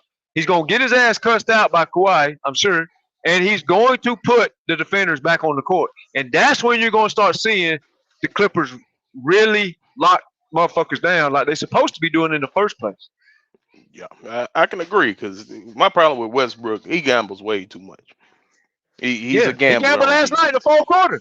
He gave up a fucking dunk with like under 2 minutes to go for no reason. He shot up the middle of the fucking lane, but he had a lot of good plays, so I gave him his flowers day. Yeah. But using that while playing that example, I know exactly what you're talking about. That fucker shot up the lane, thought he was going to steal a fucking pass, and wouldn't even go in there, and they hit his man for a backdoor layup. Exactly. That's a big problem on defense. Yeah, he gambles all the fucking time. Again, he's playing for his stats. Steals, rebounds. And if he gets a steal, he goes to get a dunk, that pads his points column. If he gets a rebound, that pads his rebound column. But what's the fucking rotating to have your teams back, which don't go into box score? He's not going to do that. Now, he is sometimes. But for 4 quarters, he's going to cost you a whole hell of a lot. So if he goes down and scores 20 points, it really gets countered by the other end. But, you know, a lot of people don't see that. All they see is a fucking triple-double. And I mean, like with me, the way I analyze the game, look, I look at all the players on the floor. Like I don't just pay attention to certain players. Like that's one of the biggest pet peeves of mine, because like when you talking about basketball, you got to talk about reality of the situation. You feel me? Because like it ain't like these guys are gonna be at 100% every single game. It ain't like they're gonna be shooting 75% every single game. You feel me? Like that's just unexpected. So you have to take in consideration, like with the Clippers, the biggest problem with me with the Clippers is the person that you focus on the most. You give up a 25 ball to a person like Podziemski. Like that is I'm trying to tell you, but that shit drives me fucking nuts. It drives me insane. Like, especially when Cam Thomas went off for damn near 50 last year. I was like, who is this motherfucker? Man, He can shoot. Malik Monk, Cam Thomas. This list goes on and on. Darren Fox, SGA, the list goes on and on and on. You 100% right. You know what else just speaks about the defense? Westbrook was starting all these games. He couldn't stop nobody. But yeah, he's just great. I try to avoid this conversation because people are so sensitive about Westbrook. Like, it's like they're fucking in love with the dude, like they had a baby by the man or some shit. I don't know what the fuck they got going on with him, but they so sensitive. Or he's this great. If he's a great defender, man, how is Devin Booker putting up 20 points every fucking first quarter? Like you just said, how the fuck is Cam Thomas hanging a 50 ball? Where was all this shit at? What was all these wins at? We couldn't win no games. We was playing 500 basketball. We gave up 50 fucking points to 2 players in one game. Yeah, and we did it. We did this shit religiously. It blows my mind, bro. Like, I don't understand, because like you said, it still happens to this day. We focus so much on a certain player, but then we give so much confidence to a role player and give them the confidence to actually go off for a 25-30 ball. And that hurts us in some cases, because then once we have to shift our focus to a role player, first of all, he a role player. You should not have as much focus on him to be outside of his role. All right, you should have somebody as a role player on your team containing a role player on the other team. It's simple X's and O's when it comes to that. But since we focus so much on a certain player and we play lackadaisical on another one, like we looking at the ball the whole time, but we don't. I don't even know. Do you even think we focus on him? Because if we focus on him, we'd have our best defenders on him, and we don't even do that. You actually, matter of fact, you got a point, because I was literally just about to say we ball watch, and then we see somebody in the corner wide open, don't even have enough time to get a proper closeout on them, or we see somebody cutting to the back door, don't even pay attention to the person, and they can do that for probably about 5 plays straight, and it's like after once or twice, shut that shit down. But it don't happen like that with the Clippers, and I don't understand that. Nah, that all points to concern does nothing but point to the sideline. Every concern. Yeah. Like your concern is, all right, Rudy Gobert gonna take away half our offense. Well, that's possibly true because of that dude right over there with his arms crossed on the sideline. He allows the shit to happen. Just like you just said. He allows Cam Thomas to do this shit. Like even when we beat Dallas, the reports came out from the coach him fucking self. It took Kawhi Leonard having to walk in his office and say, "Coach,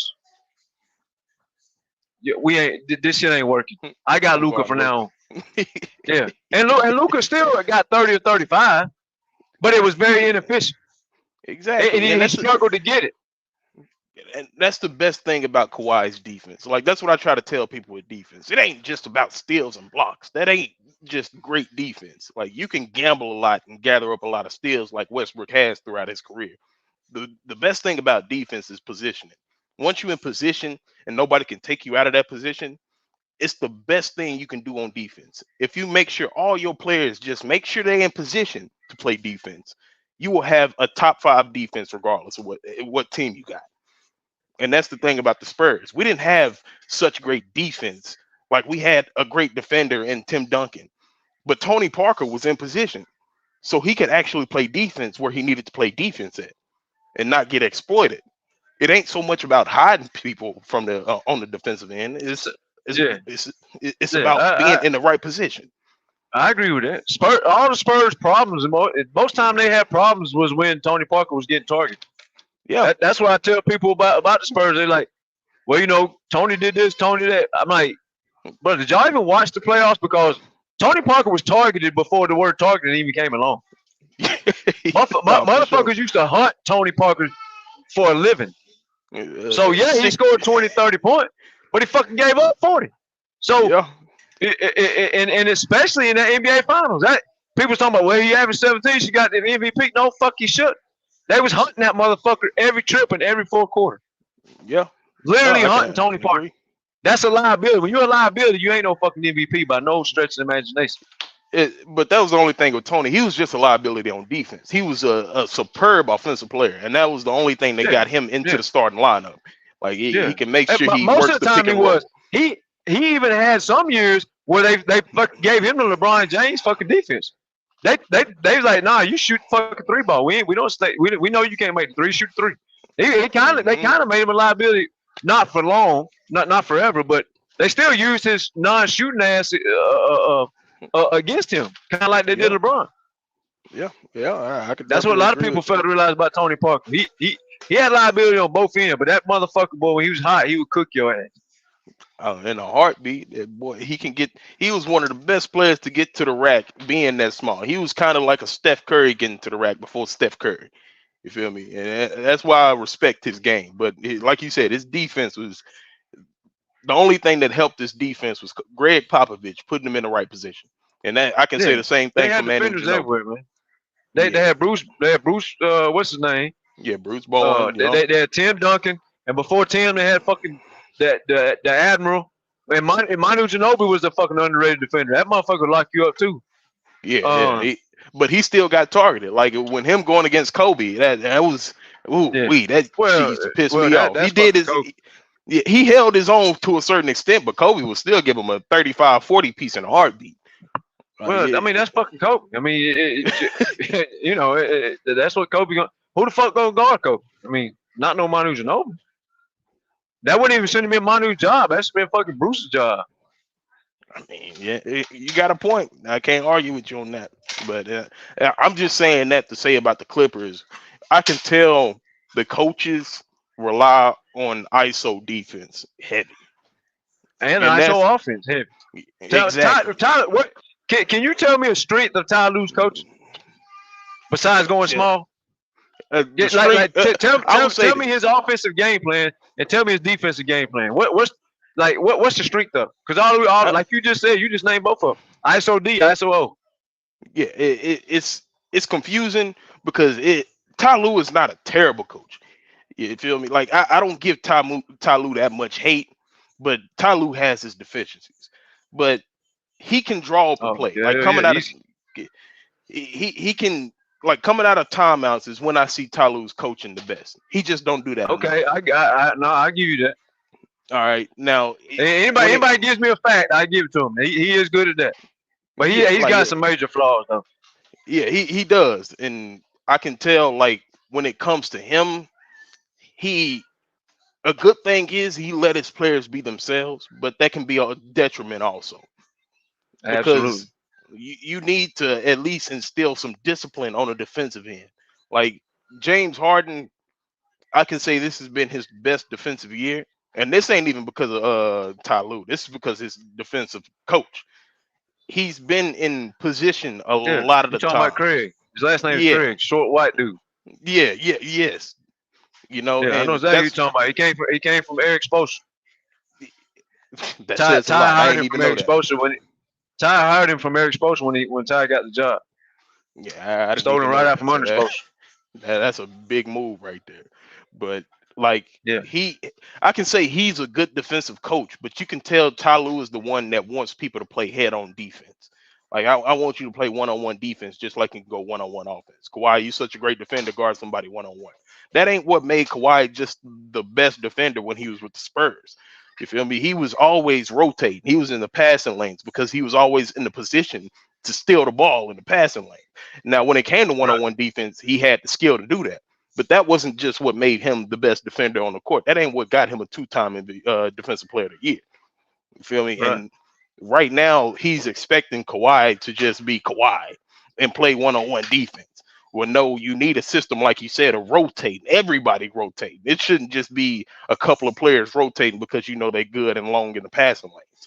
No, everybody should be rotating. So if somebody get beat by the defender, don't go worrying about getting a chase down block. Go to the next person that's inserting behind them and cover that and worry about the people that's literally behind the defense to cover your man at that point. So you gotta rotate. You gotta squeeze. If you gotta pinch the penetration and get back to your man. You gotta rotate when somebody gets beat. You gotta be on top of all this shit.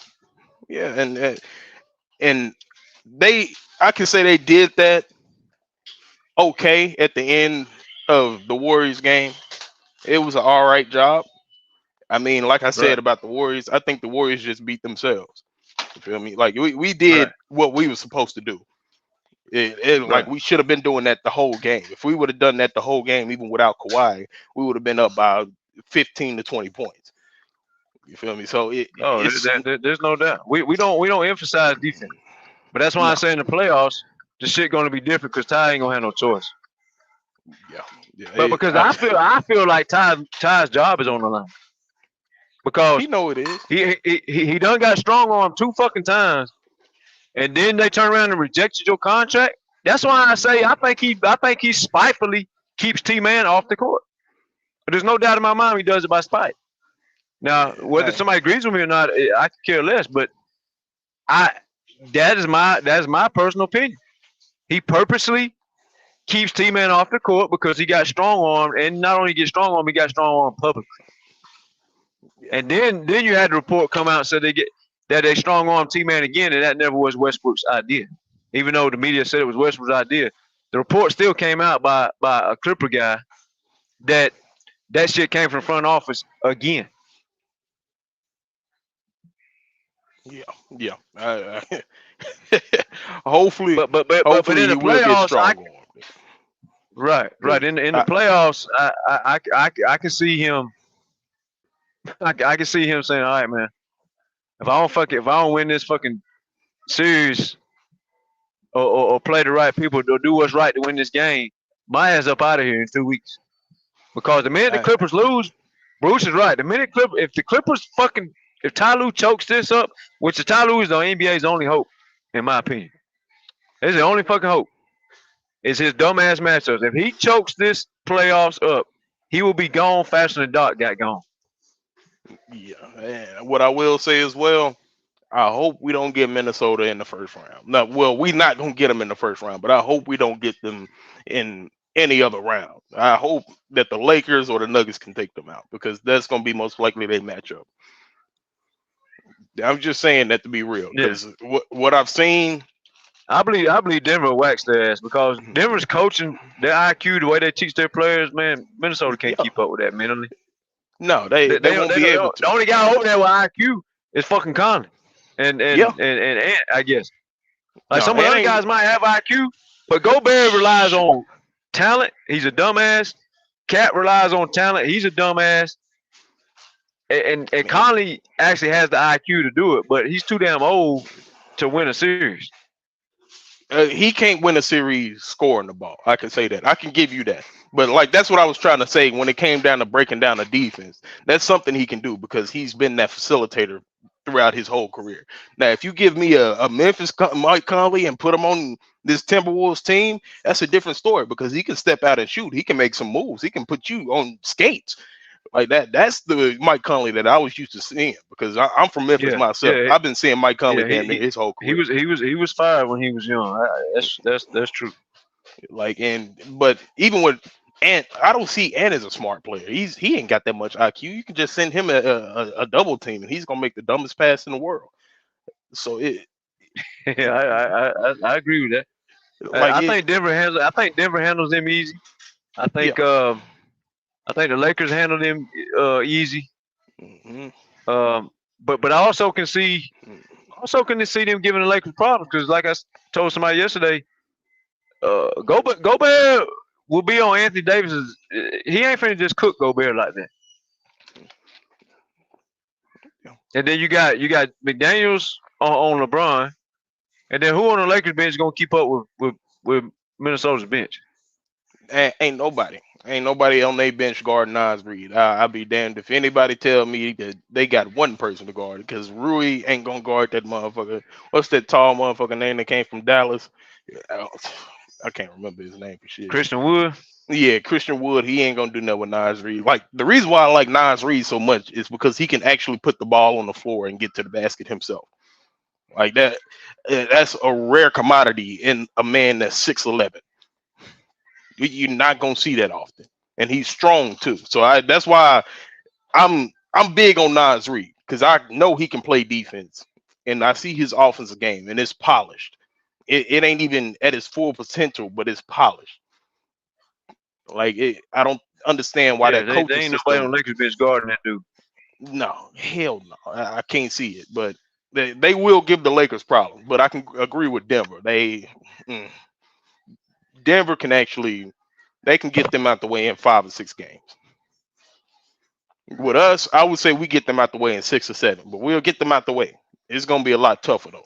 I'm just being real. That's just my perspective on it. Yeah, it's good. Yeah, it won't be no 4 or 5 games. I agree with that. Yeah, like But it'll be and the only reason would be because, like you said, we ain't gonna shoot 90% every night. yeah. But if Ty Lue knows what's good for him, and I told BJ this early in the season, people thought it was crazy. I want you to listen to this. I said, I swear I hope Ty Lue keeps playing Westbrook and they keep losing games. I know that sounds harsh. I know it sounds ignorant. But I also knew we would get his ass up out of here quick. And the defensive coach, Craig, the one you spoke on, would take over the coaching assignments. Then our best defenders would be on the court, and we would be doing what people saying, well, damn, I'm scared of this team. They got good defenders over there. That would be our MO. Yeah. Because we got hella defenders if they use correct. Mm-hmm. But like I said, when you trot out fucking Harden, Powell, and Westbrook all at one time, and you think you gonna stay in the game, that's not that shit work against Golden State. Yeah, that work. That shit might work against Orlando Magic. It might work against a real playoff team. You put them 3 out there, bro. Tyler will be calling timeout in 2 minutes. Man, like you ain't got no interior driving lanes if you got Westbrook out there in the playoff game, because ain't nobody in the playoffs is just gonna sit on Westbrook at the 3-point line. Right. What's gonna happen in the playoffs? You said so they get tired of hearing me say it. What's gonna happen in the playoffs? Are we playing 5-on-5 or no? No, it ain't gonna be no 5-on-5 game with Westbrook in the playoffs. Like the best bet for Westbrook in the playoffs is playing 15 to 20 minutes. That's his best bet right there, because he can completely come off the bench and he can run a whole unit full of shooters.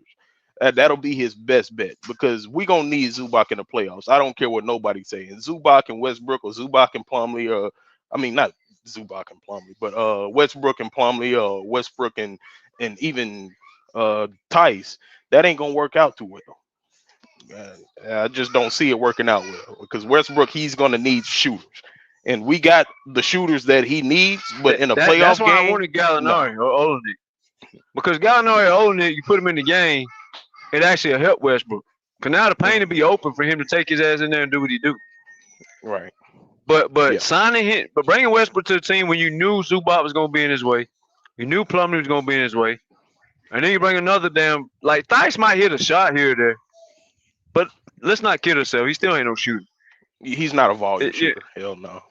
Yeah, so the paint is going to be clogged up bringing Westbrook over here. It made no sense. Now, if you brought him over here with Joker or Miles Turner, somebody that'll step out, maybe even Cat, somebody that'll step out and shoot the ball so he can get downhill, then that'd be a tough combination for people to stop.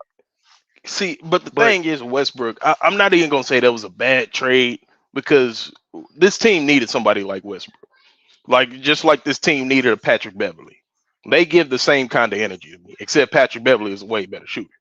You feel me? But that energy is exactly what this team needed. Exactly what this team needed. Like as soon as he got into the locker room, everybody knew who the leader was. That's rare. You don't see that in too many players in the NBA. You know, and I would rather had Caruso or I'd rather had Coffee playing more. Because the one thing about it is, I can agree with that. That leadership shit is overrated, because he likes to have fun, this, that, and the third. But let's not kid ourselves. If Kawhi's healthy in 2021 and 2022, what fucking leadership did they need? None. Let's not kid ourselves. If Kawhi's healthy, actions speak louder than words. All that pumping your chest, Tim Duncan didn't do that shit. He was quiet. He led by example. He led by dominating. That's kind of what Kawhi does. Kawhi is going to show you the way without speaking. All you gotta do is open your fucking eyes. You don't need nobody coming in there, pounding their chest, pumping up the crowd, because Kawhi is gonna do that on his fucking own. He just ain't gonna do it verbally, and he don't need to. What you need to do is follow the fucking leader. That's all. That's all you got to damn do. But I understand. Like, I think Westbrook's biggest help to this team will be next year when they get that fucking new arena, so he can get in the when he starts pumping up the crowd. Cause see, the Clippers. That's another thing. The Clippers don't never have their own fucking fans. Yeah. They don't have no true diehard red, white, and blue fans. They just got motherfuckers come to the game because it's LA. You know, motherfuckers on the sideline, they don't even know who the fuck they like. They just there because it's a paparazzi type of deal. Like, but when the Clippers get their own arena, I think the Clippers will be more deadly next year than they are this year. Because I think Westbrook actually will feed to that shit. Mm-hmm. Yeah, I can agree. And that's another big thing with the Clippers. You made a good point. Like the crowd, we don't got no home court advantage, do it. When it comes to playing teams on the West Coast, not really. The only team that I can say we got a home court advantage against is probably ain't no problem. Portland and Sacramento to a certain extent. But when it comes to the Golden State, when it comes to the Lakers, when it comes to the Utah Jazz, like I don't understand that one. Even a Chicago Bulls, yeah, Phoenix, like it's hard to see the home court advantage because you got plenty of people cheering for KD, Steph, LeBron, shit. Jazz fans just cheering for the Jazz for no fucking reason. Like I don't get that shit. So yeah, you got a point. Right. Yeah, they don't even have no home court next year. Cause see, like that's another thing too. Our shooters can't never like. Why don't we ever get a fucking role player that goes off for 25 or 30? Like our biggest threat to do that is the same dude every time. It's gonna be Terrence Mann. Well, now Coffee, but my question is like, why don't we have just some random ass rookie come on our fucking team? And which is another flaw of Ty Lue. We can't develop no fucking body. Like it took 10 fucking years to get Terrence Mann and Coffee into a starting lineup with like that. Even when they played good 2 years ago, Ty never saw it. He put the motherfuckers down there with the water boy and said, "Fuck y'all go sit on the bench. I don't give a fuck how good y'all play. Fuck both of you." Yeah, I can agree with that. The team development can be a whole lot better. Doc Rivers the same way. The last two coaches for the Clippers, they can't develop no fucking body. I believe my grandmother can develop better talent than where's our fucking rookies at, man?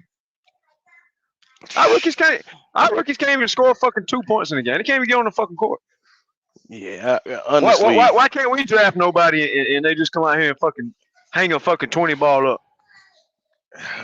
Honestly, I ain't got no answer for you on that because BJ Boston, he's an all right player for me, but I can tell he's overrated. He ain't ready.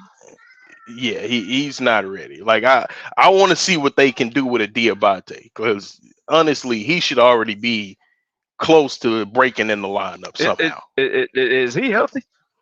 I don't think so. I think he hurt. But at the same time, that's another one. You talking about countering somebody else's? Like, what the fuck is Kobe Brown, Diabate? Yeah, Kobe Brown, Diabate, Brandon Boston, Jason Preston. We just keep drafting motherfuckers that nobody even heard of. We can't even develop nobody. Yeah, you might have heard of them in college, but these bitches are. If you ask somebody else in the NBA, who the fuck is Diabate, Brown, Preston, and Boston, they're gonna say they got no fucking clue who these people are.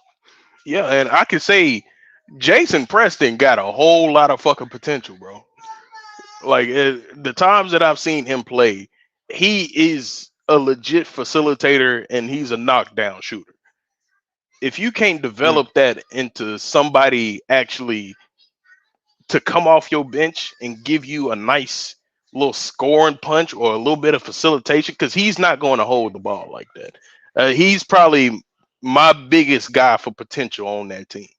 I don't know what it is about him. I just like from the game that I seen about him, he seems like he's a smart player. He's a guy that has IQ. You feel me? And I don't think that gets realized by Ty Lue. But I mean, at the same time, it's too many damn guards for him to jump into the lineup anyway. You feel me? So I would just like to see some of these players go to a different team. I hate to say it, but I would like to see some of these players go to a different team and just show out. You both. Yeah, me and you both. I want Terrence Mann on a different team. Yeah, because I know what the fuck he gonna do on defense. He gonna like it's like I tell people all the time. Y'all motherfuckers didn't know who the hell these people were, like Jaden McDaniels. Until he got the opportunity to do what he's doing, nobody even fucking knew who this dude was. Before Marcus Smart got his opportunity to do what he did in his prime, nobody knew who the fuck he was. Like everybody's got to come from somewhere. I mean, it's just like Clark. Like Scottie Pippen. Scottie Pippen was drafted and put on the fucking bench as a fucking water boy. Yeah. He wasn't from no fucking body. He got an opportunity to get on the court and stay on the court and develop. He didn't get on the fucking court for 18 minutes to go back to the bench. Yes. But that's what happens. That's what happens. Hell, 2 years ago, I think it was, Coffee was starting, and I tell people this all the time.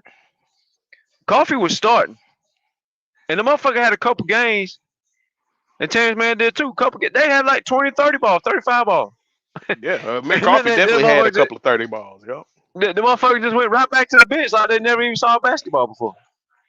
Fuck y'all. I don't give a fuck if y'all scored 100. Y'all ain't playing on my team. Go back to the bench. I don't know why people don't see this. Like, I think I'm the only one that see this. If Terrence Mann go to a different team, he can easily average 20 points. People don't agree with me on that.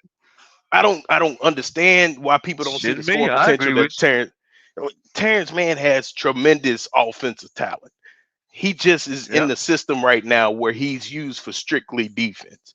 But if Terrence Mann was given the lead weight that Amir Coffey, or if he just had the same attitude as Amir Coffey, because you can tell Amir, he come in the game and be like, nah, fuck that, I'm gonna get mine. Like on a fast break, he's going straight to the rack. He's not passing. That's because he's still fresh. T-Man's been watered down by fucking Tyler. Like I told you, I think it's a spiteful move. There's no doubt in my mind. Even if we win the championship, I think T-Man does what Bruce did to Denver. I think he's leaving. Now, I think his contract is up not next year, but the year after. But there's no doubt in my mind. No matter what happens, he's fucking gone. He's not going to keep sitting here locking up these small stars night after night and just keep getting benched. Why would he do that when he can go sign somebody else who will pay him fucking $90 million? Yeah, like and give him 40 minutes to go. But because you can't earn all NBA defensive team if you don't get the minutes. I don't give a fuck how good you are. You're not going out there playing 18, 19 minutes here or there and think you're going to make the first team all defense. Yeah. It ain't happening. You're right. I mean, it ain't happening. I don't give a fuck how good defense you are. And that reason that I just pointed out is the only reason that I disagree with you on Terrence Mann not scoring the basketball. Like, I understand his position with this team. I understand he needs to go ahead and play defense on the point of attack that makes him actually, be effective on this team. But give Terrence Mann the ball and set him a screen. Give him the ball and tell him to go to work. He could give you an easy. Terrence Mann. Oh yeah. Ty Lue gonna do that? No, Ty Lue ain't gonna do it. But man, and that's you asking for the work. You asking for the world to stop spending, huh? Okay. Ty Lue has. You just said it a while ago. It's ISO D, ISO ball. That's what we got. Yeah. I mean ISO D, ISO O. And we have two. James Harden only motherfucker getting the screen. Yeah, and it's exactly what I was about to say. You could run a play. You can run a play for every person on this team, even Zubac. Hell, you can even run plays with Mason Plumlee. Zubac got some good ass fucking post moves and footwork, man. Yeah, his footwork is beautiful, bro. Like, I need him to be averaging at least 16, 17 a game. Like, you need to fire the coach, then. And I see Zubac as like except the shooting. He needs to develop a shot. I know that ain't gonna happen, but I would love to see him develop a mid-range at least. But his footwork and his defense reminds me a lot of Amar Gasol.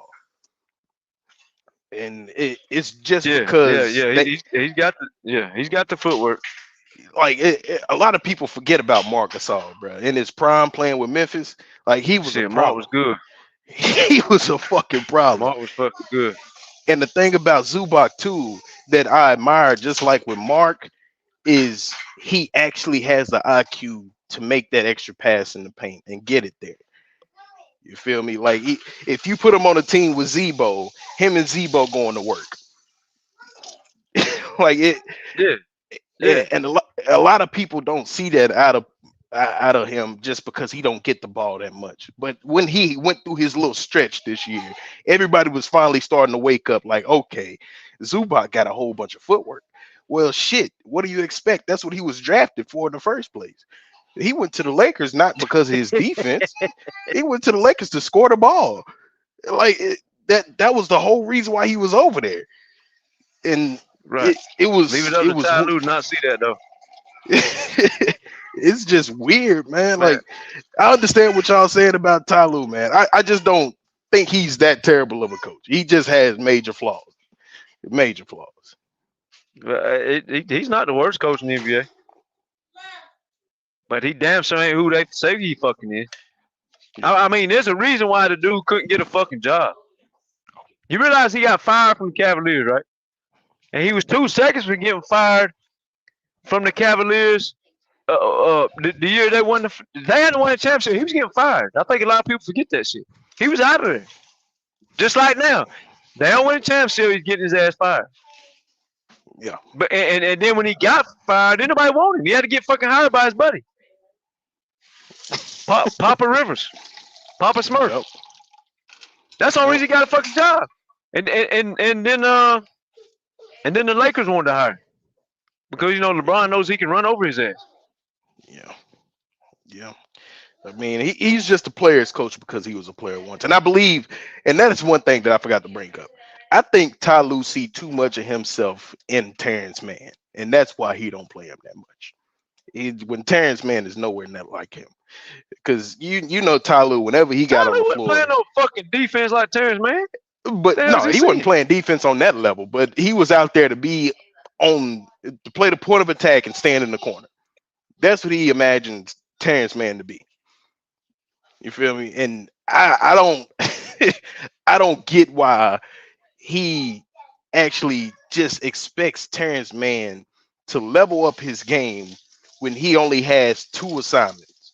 Get that man a little bit more responsibility. See how he handles it. That's how you develop a player. Terrence Mann's got the best timing on the back cuts, probably anybody in the fucking NBA.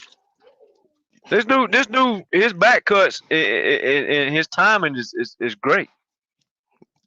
Yeah. I mean, they give Westbrook credit for doing the fucking back cuts. Yeah, it's easy to tell that too. Terrence Mann's got great back cut. It's slashing abilities. Yeah, but I mean, when you only play fucking 19 minutes and the ball is going to James Harden, Kawhi, and Paul George, 18 and a half of those 19 minutes. I mean, what and then you got you bring Coffee in the fucking game, and he's playing with a fucking a point guard that actually likes to pass to get rid of the fucking ball. Well, yeah, he's gonna hit fucking shots. Yeah. And then also all Coffee is a younger Terrence Mann where he has no assignment, he has no responsibility. His job is to go guard people that he gets put on. He ain't fucking chasing around on Jamal Murray for 24 seconds per shot clock, and then go down the other end with fresh legs and shoot a 3. That's not what's happening. This dude ain't guarding nobody. Every once in a while he gets on a good matchup, and yes, he had good defense for that point in play. But this dude ain't drawing no fucking big time assignments and asked to guard these motherfuckers for 24-second shot clocks for 6-7 minutes in a row. Yeah, I get that, but I will say this about Amir. Amir takes it into his own hands. Terrence Mann needs to do that a little bit more. Amir it's almost like Terrence is dumbing down though. Like he catches the ball and it's almost like they tell him dribble this way to the corner, go between legs, come back this way, and hand it off. Yeah. Like I don't believe that. exactly I don't believe that's his fucking. I don't believe that's what he wants to do. I mean, you can look at him when he was back in college, man. Like, and this is one of the reasons why I say he has way more scoring potential than a lot of people give him credit for. Because you look at Terrence Mann back when he was at Florida State, he was their number one option. You feel me? Like he was the one that was putting the ball in the basket. You know that. I forgot about that. Like motherfucker, number one option in college, but he getting the NBA, and you want him just to fucking stand around. Yeah, this dude was one of the best slashers in college. He could get to the rim, and that is he's got a nice fucking mid-range game, footwork, pump fakes, shooting the fadeaway and shit. He can do that too. Bro, his mid-range game is his bread and butter, but he don't have that responsibility to shoot. That's why I be telling people, like, when I see Terrence Mann get to the mid-range, that's when I know he's confident. That's when I know he's out there being aggressive, ready to score. When he pulls up in the mid-range, like, because his mid-range it's a knockdown mid-range. You could tell just by his mechanics when he rises up in the mid-range. He gets elevation. You know, he makes sure his elbow is straight, and he puts the ball in the basket. It don't go in all the time, but you can tell it's there. And that's the same thing with Amir Coffey. You can tell it's there. You feel me? And these guys are young guys that if they went to a different team and have more responsibility, they can average easy 18, 20, 23. You know, it ain't gonna be 18-minute night where they had to go out and put up 15 points in 18 minutes. It ain't gonna be that. If they get more responsibility and have a more trust from their coach, they can actually go out there and play their game. You know, and you remember the game? I think, did I tell you this a while ago? Or I was talking to one there. Yeah, you remember the fucking game and Coffey led the team in scoring at halftime. Oh yeah. He had 17 points at halftime. Yeah. The dude only got to play 20. He also only got to play 20 minutes. So once he goes through the ringers that Terrence Mann went through, he's gonna be the same fucking way. He ain't finna keep shooting like this because they penalize.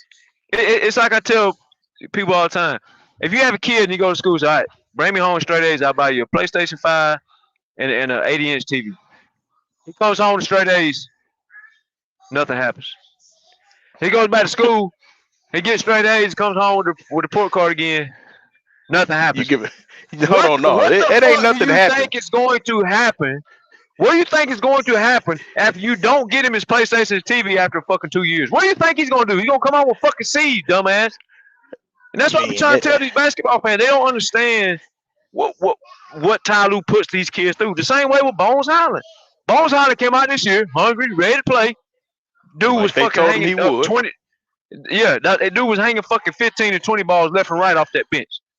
All of a sudden, 3 weeks later, Ty Lue comes out in the public. He don't even do it professionally. He comes out in the public. Yeah, we're benching this dude for the rest of the year. We're all looking around like, huh?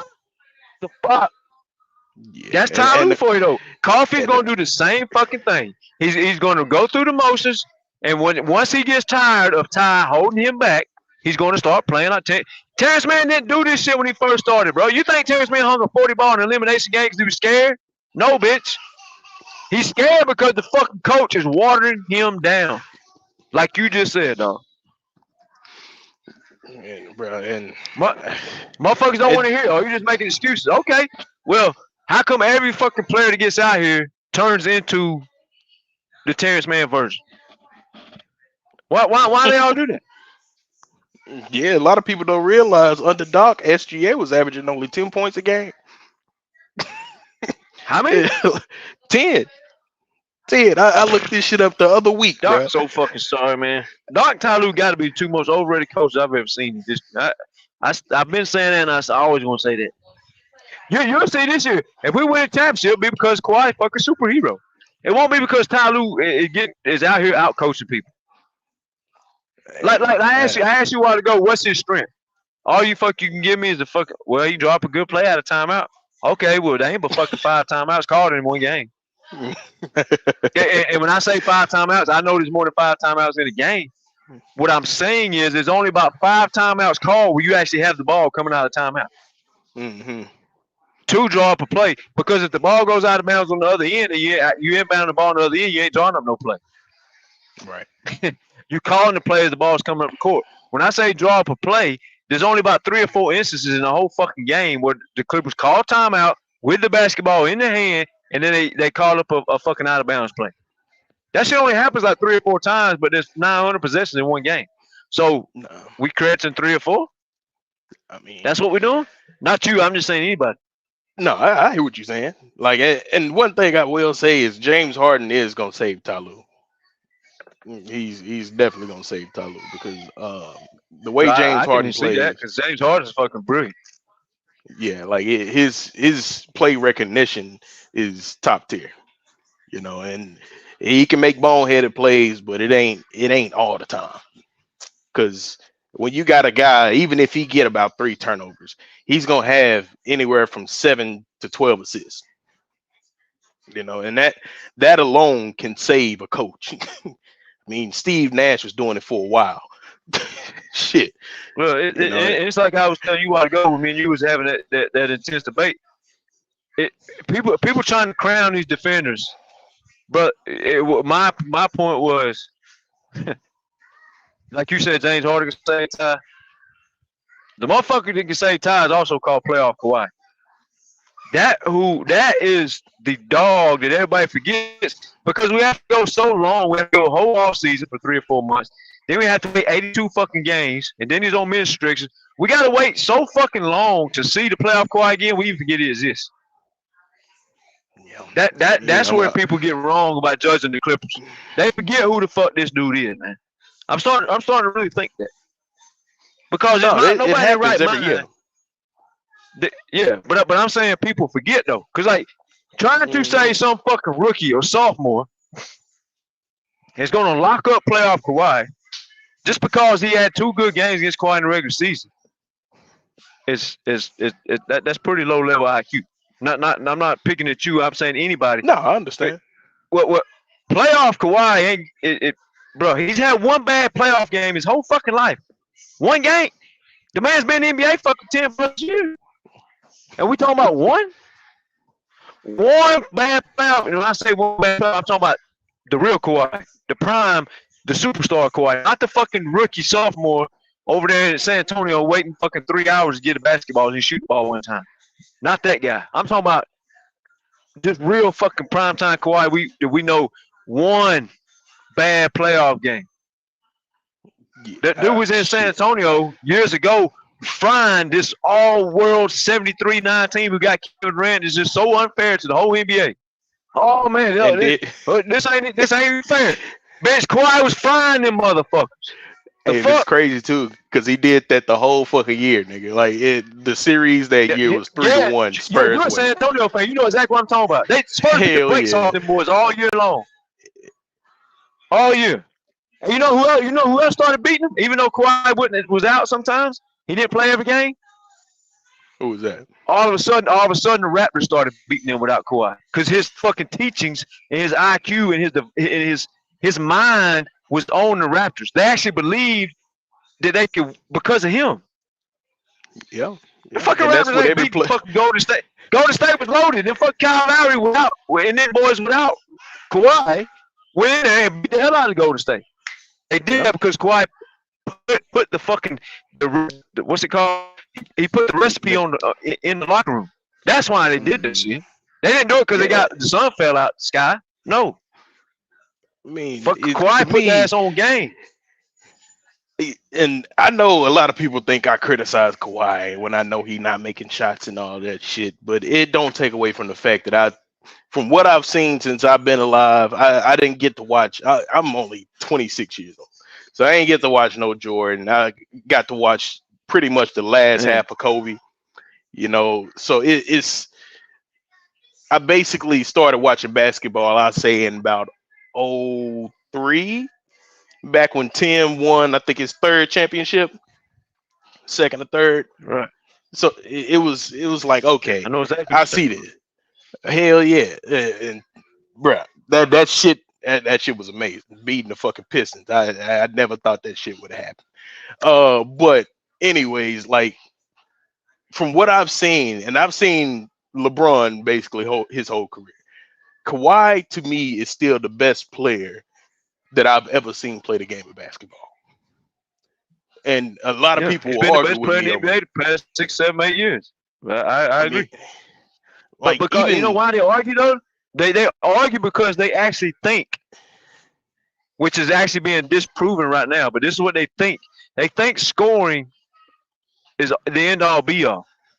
Well, guess what? Curry one of the best scorers we ever saw. And Curry's getting his ass ran off the court night in, night out.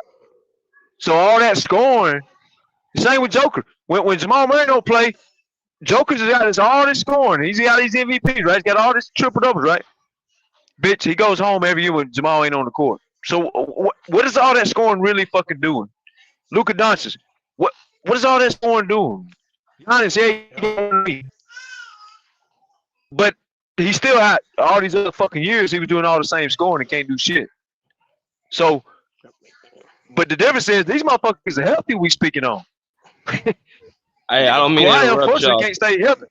I don't mean to interrupt. So this is a good discussion that basketball is a two-way sport, and we're getting away from the defensive side of the ball.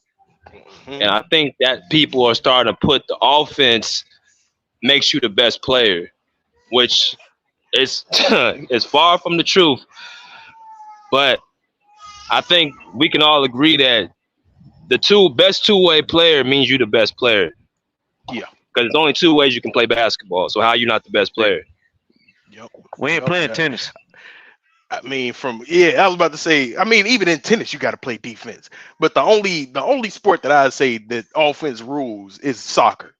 Every other sport that I've seen, you have to play defense. Yeah, golf. Yeah, golf. You're right. Golf and soccer. Shit. But even fucking NASCAR plays defense. Nah, for real. Them motherfuckers driving cars. Like, but I definitely agree, BJ. Yeah. This shit ain't never made sense in the history of sports. To be the best player only playing one way. Why you think they ain't never gave Wilt the best player ever title? I mean, he played defense, but he wasn't playing defense like Bill. You know, because Bill was out there winning championships. He was out there blocking shots and being in the right position every single time on each end of the court. He wasn't the best shooter. Shit, but you go up against Bill if you want to. Shit, you gonna make sure you just make sure you look at the scoreboard at the end of the game. Yeah, he used to get Will all kinds of problems. Yo, shit. I was a two-way player. Like I was a scorer, but I loved to play defense. I used to always guard the opponent's best guard player. So I'm always a fan of two-way players. So Kawhi, Kobe, PG, guys who are skilled, who can play defense. I'm a fan of those type of players. Right. You know what I mean? I didn't really watch Jordan, but I'm a fan of those type of players. And I can agree with you on that. And I can. This might be controversial for me, but I will say, Shaq, although he was the most dominant player on defense, I've never seen a more dominant player. Not on defense, on offense. Shaq was the most dominant player on offense. But the most dominant player I ever seen play was Ben Wallace. Like that was just a scary motherfucker. If you wanted to do anything when it comes to him, you just really couldn't do shit when it came to Ben Wallace. Like even Shaq had problems with Big Ben. And y'all call him the most dominant player ever. But when it came to Ben Wallace, when you seen the dominance, like a man jumping out the gym with a motherfucking fro, not scared of nobody, is just out there blocking shots left and right. You can't post him up because he's too damn strong. Like, I don't see what's not dominant about that. Like, when you want to have a conversation about the most dominant player, I think you got to put Ben Wallace in that conversation. Because it's scary. Nah, for real. Like, you don't get 5 defensive player of the years for no reason. Like, right. And a lot of people, I'm finna throw some shots out there for the Bron Sextons, but a lot of people forget Ben Wallace didn't even play when they beat the Pistons. Yeah. Yeah. I mean, so I definitely agree with you on that. I agree with you on that, BJ. Like you have to look at both ways. Like if you the best player on defense, and even if you top 5 on offense, you definitely should be considered as the best player in the world. Let me ask you this: what player you know is taking Kevin Durant's lunch money, bullying him down the rim, and dunking on him all in the same fucking play? What player can do that? Yeah. He killed Giannis. He killed. I mean, LeBron can't really do nothing with him. He gonna still get his. I don't think nobody can do that. He fucking fried LeBron. He fried LeBron. He had LeBron on the floor. Nigga pump fake LeBron out his shoes. Jalen McDaniels gonna do it. Everybody wants to call Jalen McDaniels this top world defender, like he's the greatest thing on earth. Is he gonna do that? He gonna take the ball from Kevin Durant and then bully Kevin Durant all the way down the court, push him out, bump him out the way with his fucking strength, and just dunk on him like a bitch. Is that really what Jalen McDaniels gonna do? That's what we doing? Fuck no. Is Steph Curry gonna do that? Is Luka gonna do that? Is Joker gonna do that? What the fuck they gonna do? Who gonna do it? Westbrook ain't gonna do it. Giannis. James Harden gonna do it. Giannis might, but Giannis can't take the ball away from Kevin Durant, so he ain't gonna get that to dunk on. He might dunk on him on some other play, but to take his fucking lunch money on a cross up in the fucking playoffs, man, he was fucking frying. Man, they demoted Giannis off of fucking KD and put PJ Tucker on him. That's what got the fucking champion, Coach Bud, fired. Because he humiliated Giannis. Giannis couldn't fucking guard the dude. They put PJ Tucker. I'm not saying PJ Tucker held the dude to 10 points. Oh, you can't. But BJ, you know damn well he had Kevin Durant ready to fight every night, and Giannis wasn't doing that. Yeah. He pushed them buttons on KD. He got into KD's. You know, he was all in KD. Nah, for real. And that's why I like Kawhi defense, because every time you hear somebody talking about Kawhi, like even with KD, for example, when I think it was a couple years ago, they asked KD how it was. Like it was after Kawhi got hurt. Yeah, it was. I think. Fuck, I can't even remember. They asked KD how it was playing against Kawhi. KD was like, "Oh shit, it's fun." Then he was like, "Oh shit, never mind. No, it's not fun. It's a challenge." You feel me? Like that shows a different respect for Kawhi's game. Like even when you look at LeBron, everybody know that when you play Kawhi Leonard, you're gonna have to try your best. You got to go 110 just to make a shot. Just think about if you tired and trying to make a shot on that man. It ain't just gonna work out the way you want it to. I mean, James Harden even tried it. Got his shit sent off the backboard. Well, damn, I'm surprised you saying this, because like when you first came on the panel, man, you had me thinking fucking. Not you had me thinking that. You had me laughing. You had me thinking that you was thinking the fucking Carl Anthony about to do this, that, and the fucking third. And I was like, man, does he ever fucking heard of Kawhi Leonard? See, no, but the thing is, that's why I was saying, like, even though Kawhi is strong, he's a bulky guy. He's built. You can tell he just got that slave strength. You feel me? Like that motherfucker. He might not look like it, but he can shut down whatever he want to shut down. But at the same you said time, you're a Spurs fan, right? You said you're a Spurs fan and Kawhi fan from back in the day. I'm gonna ask you a story. Right? BJ hadn't heard it. I'm gonna ask you a story. Do you know that Kawhi broke the fucking Spurs strength and conditioning squat machine? He broke the whole fucking machine. Do you know that? Hell no, I ain't know that shit. I can tell though. Okay, Google it. Google it. Yeah, I can believe it. I'm in dead ass. But motherfuckers think I just be talking because they mad because they don't know. They're mad because they don't know shit. Google it. Anybody that's listening to this on the fucking chain right now, if you don't believe me, Google it. You ain't gotta listen to me. Listen to fucking Google. Not you. I'm just saying anybody. Motherfucker broke the squat. They put so much weight on there, and he was repping it. It broke the fucking machine, dog. No, I can definitely believe it. Like looking at him, I don't think y'all remember. This was way back then. The motherfuckers, his fucking legs right now like motherfucking, it's like fucking Arnold Schwarzenegger legs or something. Like it's like Come on, man. This fucking dude's strength is ridiculous. No, and I definitely see that. But the thing that I was talking about with Cat though is size still matter. Like we can't just sit and act like size really don't matter because I don't think it matters when he's not about that life though. I mean, but even when you look at KG career when he was with the Timberwolves, like how far did he go in the Eastern Conference? Everybody was looking at KG like, yeah, he's a great player, but he ain't gonna do nothing to play off. Right. We've seen that time and time again until he got a team around him. When he finally got that team around him, he was actually able to show his shit. I think it's kind of the same case with Cat, but Cat, he definitely don't have the same mentality as KG. Yeah, and he ain't as smart as KG. No, KG's way smarter. Way smart. I can give KG understands basketball by far more than he does. Yeah, I can agree with that. But I'm just saying, like, Cat is a solid KG was a lot more dominant too. Down on the post, yeah. That dude was bullying fucking teams with nobody around him. He still was punking teams out. Yeah, I can agree. I mean, but at the same time, and he also did that.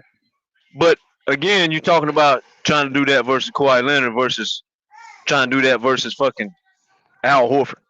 That's two different conversations. Okay, but then let's look at this. KG being who KG is, would you think Kawhi would keep KG under wraps? More than others, yeah. But KG also had a prime time fadeaway. Karl Towns ain't got no prime time fadeaway. All he got is to fucking back you down in some type of fucking little small midi. KG was actually taller than motherfucker shooting fadeaways like fucking Jordan. Who's gonna do something with that? But that's what I'm saying. He has the size advantage over Kawhi. He can shoot over the top of Kawhi. He can. But I guess also we have to. I don't know that KG gonna back Kawhi down because I've seen James Harden stop big motherfuckers from backing down in the paint because he has that strength that's low. I seen Terrence Mann stop fucking Luka and KD from trying to back down. I've also seen the opposite too, though. I ain't even gonna stun on you. Team Man, it ain't been much because KD was trying that shit in the playoffs over and over, and it wasn't working. Yeah, I mean, even with KD is not that big stature guy. Like him going against Kawhi, it's clear who's stronger in that contest. It's obviously clear every time they play. Kawhi is definitely stronger than KD. I mean, even with KD's pull-ups, Kawhi can catch a KD pull-up in mid pull-up. That shit is rare. But Kawhi is the only person that I've seen do some shit like that. I ain't even gonna lie. But when it comes to Kawhi, like I can give you, like, he's strong as shit. He is strong as shit. But size is still advantage when he's going against a bigger player. The only reason he could lock down a Giannis is because Giannis like to put the ball in front of him. Giannis is not that great of a post-up player as everybody tried to make him seem that MVP year. He was just backing down motherfuckers that was smaller than him. But when he got to a guy that was greater than him in strength, then it was a problem. It was a problem. Yeah, it's gonna be the same. It's gonna be the same way with Cat.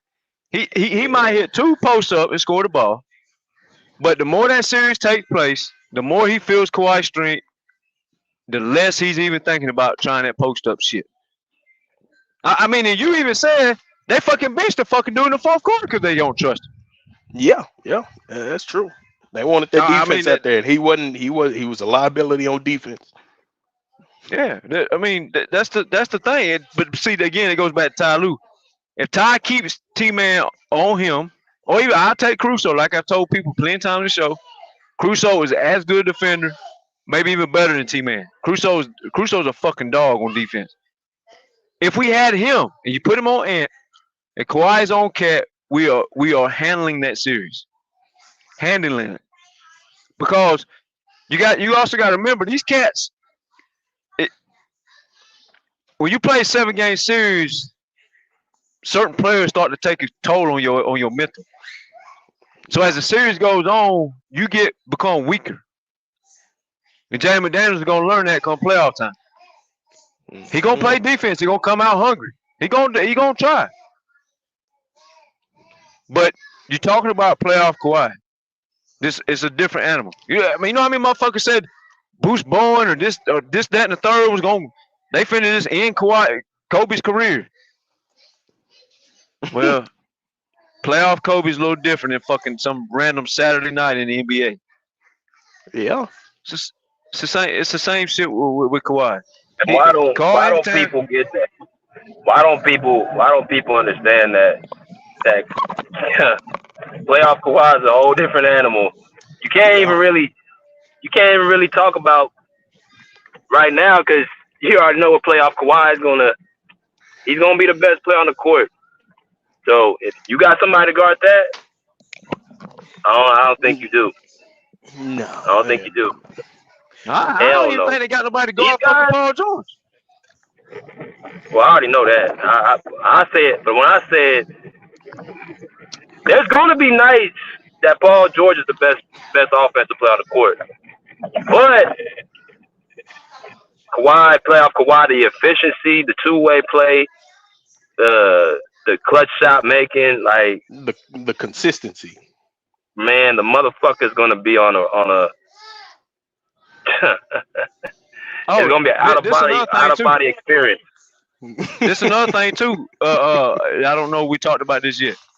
In the playoffs, the referees kind of let the game get a little more physical. Who you think that's gonna benefit? Who you think is gonna benefit from that? Karl-Anthony Towns or Kawhi? It's definitely gonna be Kawhi on that one. Like we done seen that time and time again. Like it don't matter who Kawhi is going against. If you allow him to get a couple bumps in, if you allow him to actually use his strength, it's not a lot of motherfuckers that can guard him.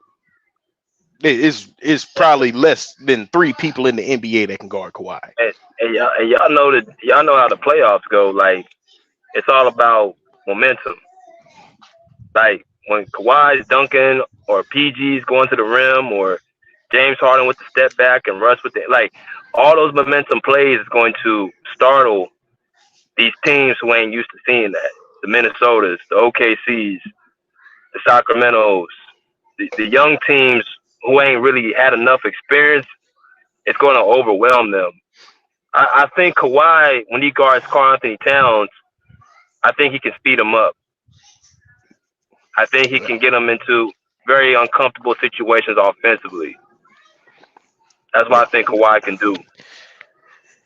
That could be the best bet. Yeah, I can see that. Speeding him up is something, that he could do. He could definitely speed him up. I mean, but with Kawhi, that's still. I would love to see Kawhi play a LeBron that first round just to get him riled up. Because we all know how Kawhi play against anybody who people think is better than him. Like it don't go That's good for the other person. Go ahead. LeBron and Kevin Durant and Steph Curry are 3 guys. And Luka. I've got Luka. Those are the guys that Kawhi comes out and he just turns to somebody else. Mm-hmm. I mean, I see it every time. Yeah. And the best part is, like, I don't care if Minnesota get this first seed. I think we done already had this conversation. Minnesota can have that first seed. I don't give a fuck about that first seed. I want to play that number 7 seed because that number 7 seed is most likely going to be one of the most dangerous in the league because as we seeing, these young teams are they ahead of the game right now. But it's those older veteran teams that you got to worry about when it comes to playoff time. And most likely it's going to be the Lakers in that 7 seed, in that 7 or 8 seed. And that is exactly who I want to play.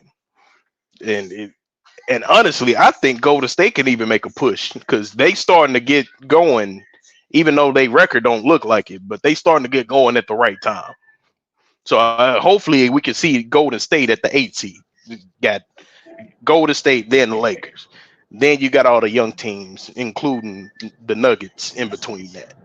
Like, because it's only going to be 3 veteran teams in the playoffs in the Western Conference this year. Hey, not to interrupt y'all. It just broke out. Steve Kerr just benched Klay Thompson. Oh, jeez. But go ahead. What was you What saying? you mean? What you mean bench him? Benched him. Like after Coming off. starting lineup? Hell yeah, coming off the bench. Okay. I mean, Podzimski or whatever his name is to start versus the Jazz. Klay coming off the bench. yeah, I mean that might be the best thing for Klay career. Go ahead. If Chris Paul can come off the bench, then Klay Thompson can come off the bench. Shit. True. Well, they play better together anyway. Chris Paul. I would think that'd work better for Klay Thompson, Chris Paul, and Kuminga. Yeah. Yep. I would say so too. Like I said, I think that'll be better for Klay career to come off the bench at this point than being the starting five. I heard that contract extension though. They just put a dagger in that bitch. you forget that contract extension. Yeah, I think he would get $5 million next year. Veterans minimum, my boy. Ooh, boy, that'd be tough. That's a fucking slap in the face there.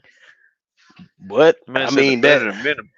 When is Chris Paul coming back? That's the big question. Oh well. Well, damn. I think there's a lot of. I think BJ got a good point, man. I think there's a lot of teams. Man, we see this shit every year, man. Sacramento, Memphis Grizzlies, Isaiah Thomas Jr.'s, Kyle Lowry's, Jeff Teague's. We see this shit every fucking year, man. Number 1 seed, they getting all this love, they getting the fucking playoffs, and the bitches get bounced. We see this shit every year. I'm not so. I mean, I ain't so. Minnesota's got to step up to the plate and face the prep. Man, it's easy to front run. You know what I'm saying? What they gonna do when they get down in the series? 0-1, 0-2, 2-1, 3-2. How they gonna retaliate? It's easy to get on the hype train and say, man, you just disrespecting. No, I ain't disrespecting nothing. How they gonna retaliate when they get punched in the fucking mouth? That's what I want to know. It's gonna be an interesting off season because, like I said, it's probably just gonna be 3 veteran teams in the West this year in the playoffs, and I don't even know if I should consider the Nuggets being a veteran team because that's still a young ass team. So it's. I mean, you're gonna have Phoenix. They got KD over there. Lakers got LeBron. Clippers got Kawhi. At this point, I think you gotta. Are you just speaking on the West or the whole NBA? No, just the West, because the East they got their veteran teams. Okay. I mean, the youngest 2 teams in the East that's gonna be in the Eastern Conference is probably gonna be New York and the Cleveland Cavaliers. So Golden State, Clippers, Lakers. That's 3 vet teams right there. Yep, or like you said, Clippers, Suns, or Lakers. Because the Warriors ain't no guarantee. How long Booker been in the league? 19 years. It seemed like it. Shit. The way they're a fucking veteran team, but they're not. Bradley Beal, Kevin Durant, Eric Gordon. That fucking center they got from what's the name? He been around forever. Eric Gordon been around forever. That's a veteran team. Yeah, and that was one of the teams that I was talking about. The 3 teams that I was talking about is the Clippers, Lakers, and Phoenix. And I'm hoping the Warriors can get in, but I can't guarantee that one. I wasn't even talking about the Nuggets. I think they'll get in because they ain't playing the top team every night. And some of the fucking teams can't fucking guard them. Yeah, and they hitting their stride at the right time, so they can definitely get into that play-in situation and get into the playoffs. I mean, put it this way: you get in the play-in, you got to beat Golden State one night. That can be a tall task for a lot of people. Oh, huge task, shit. But they have been beat before in the play-in. Well, yeah, they have. Don't make me get on Steph Curry's head out here in front of everybody. Motherfucker losing to some bum ass fucking rookie sophomore Ja Morant. We ain't never even heard this fucking dude back then. And just cause Klay Thompson get hurt, all of a sudden Curry can't win. No, yeah, don't get me started on this shit. I hope he'll be blocking me on all social media platforms. That's one of the most brushed under the rug stories in the NBA, man. Yeah. Yeah. This motherfucker lost to anybody. Just lose to anybody in the play-in. Fuck it. But they ain't supposed to affect his career. You already know them three they come all together. If you lose one, you lost the game. I mean, shit. I mean, Steph and Draymond can only do so much. They ain't all that good in what you're saying. Hell no, they ain't all that good. I mean, it takes three of them. That's the reason why they had those championships. It was all three of them. And then they added a KD. That's the whole reason. Shit. Yeah, I mean, if you take one of them away, that's 20 points gone if you take away a Klay Thompson. Shit, that's 30 points gone if you take away a Steph Curry. Draymond ain't gonna give you no fucking points. So what else the fuck you got? Shit. They really ain't that good. They just were a great coach team for about a good 7 I'm glad you said that about Draymond. So people want to come in here dogging. They want to come in here saying we need to bash Terrence Mann, right? Do they realize Terrence Mann had a better plus minus than Coffee last night? Do they realize Terrence Mann had 9 points and 4 assists? Yeah. Coffee had 0 assists. I mean, you know, it just like you say, I can talk basketball with you because you know how to talk more than just a fucking points column. Yeah. I can't stand looking at box scores. If I don't well, he only scored fucking 5 points. Bitch, Draymond scored 2 points like 100 times in the playoff. What are we talking about here? Still got a plus 25 in the plus minus category. T-Man's playoff plus minus is like 115. And Westbrook's got over 100 too. So, but the point is that if you want to credit one dude for doing something, then you got to give credit to other motherfuckers doing something. Yeah. That's all I'm saying. And matter of fact, one of them fucking coffee threes late in that fucking fourth quarter. I don't know how late it was in the fourth quarter. Can't remember. One of them fucking threes came off a Terrence Mann assist after he broke down the defense and found Coffee at the top of the key. Yeah, that was off the offensive rebound, I think. Yeah, and then when the Clippers were getting blowed out with Coffee on the court, Terrence Mann come down and hit a buzzer beater going into the fourth quarter to get the fucking lead back to 11. I mean, right. You know, it's more than fucking just scoring, man. Your point of your point of attack defense, they're gonna see in the playoffs though. They gonna see. Yeah. Because when Booker's out there frying up shit for fucking 50, you're gonna have to put Terrence Mann back in the game. Yeah. I mean that's exactly why Jason Kidd was so important to the NBA when he was playing with New Jersey. You feel me? Like he was not the person that was gonna go out there and score. He was the person that was going to do all the dirty work, and I mean all of that shit. I mean every last bit of the dirty work. Like Jason Kidd is that's still the only for fucking me. reason Dirt won. Yeah, because he had the IQ. He had Jason Kidd's IQ over there. What Dirt do when Kidd wasn't there? Yeah, I mean he got to there once, but he couldn't pull it off. He couldn't pull it off. Right. I mean, so he ain't win. No, he ain't win. They beat the shit out of my Spurs, bro. That shit was so terrible. Oh boy! And Dirt was a dog back then. Hell yeah, Dirk always have been a dog. But what I'm saying, you got to have a dude on the team, man, that does all the fucking small shit and don't get credit for it. You got to have that. And that's why I say Draymond Green is the best player that Golden State needs to keep. Like Steph is a major role. No doubt. I agree with you 100%. They get rid of Draymond, that fucking team is done with. It's over with. Like it don't matter what Draymond is doing. He could be fucking bring a goddamn pickaxe out there, but as long as he the fuck out there, that's all the fuck the Warriors need to win. God damn it! Like he's the heart and soul of that team for every reason, for the defensive reason, for the rebounding reason, for the assist reason, like for running the offense. Like we ain't never seen Dennis Rodman run the this offense. This motherfucker was leading the fucking team in assists for many years.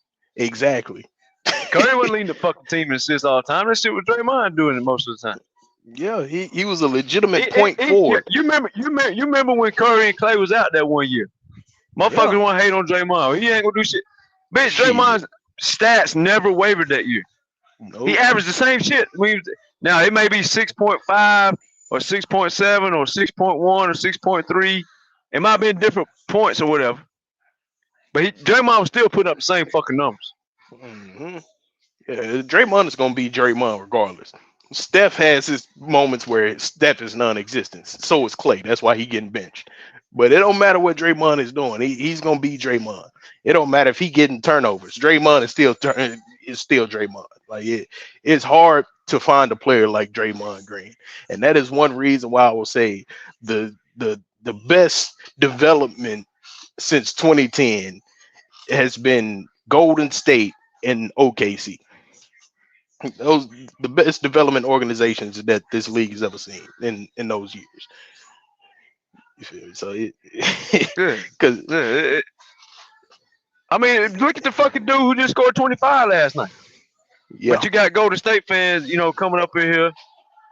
I get into it with one particular Golden State fan all the time. He trying to say Mark Jackson was better than Steve Kerr. He trying to say all this fucking garbage nonsense.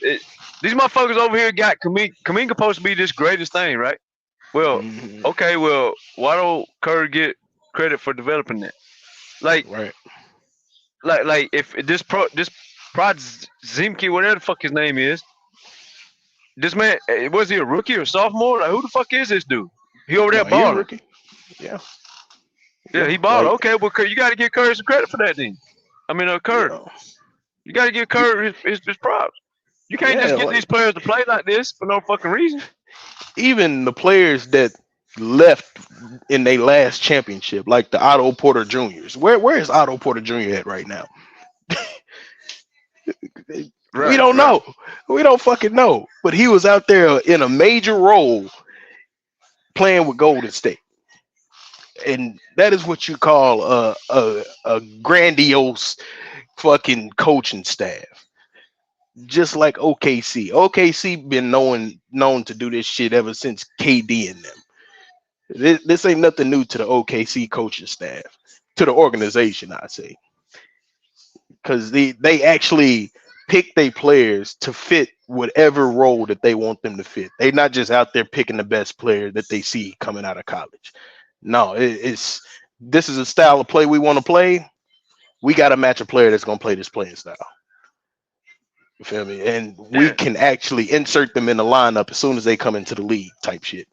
Instead of the Clippers, we just going to pick somebody because we have, our superstars. Man, Terrence Mann and Coffee was drafted fucking 10 decades ago, it seems like. These motherfuckers just now getting to start and do some shit. You got motherfuckers over there in Golden State just getting on the fucking court as rookies and starting this shit.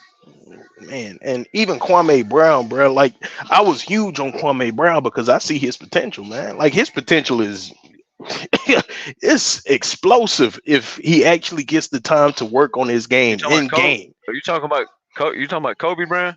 Yeah, that Kobe Brown. Oh, yeah, okay. I thought you said Kawhi. My bad. No, hell no. Kobe Brown, like he has the defense. He's undisciplined though. I will give him that. He's undisciplined on the defensive end, but he's a strong defender. He's a long defender, and he's gonna contest every shot that's near him. You put him, Diabate, and Kawhi, and let them get down there and bang with them motherfuckers on Minnesota, and we'll see just how soft them fucking fruitcakes they got over there is. Them boys I just tall and long. They ain't about that fucking life. Gobert been punked out his whole life. Cat been punked out his whole life, man. Cut the fucking pit bulls loose over there. You know what I'm saying? Let Diabate, Kobe Brown, shit, even PJ Tucker go over there and punk out Cat. You know what I'm saying? Like, them guys don't scare me, man. What scares me is our fucking coach. That's what fucking scares me.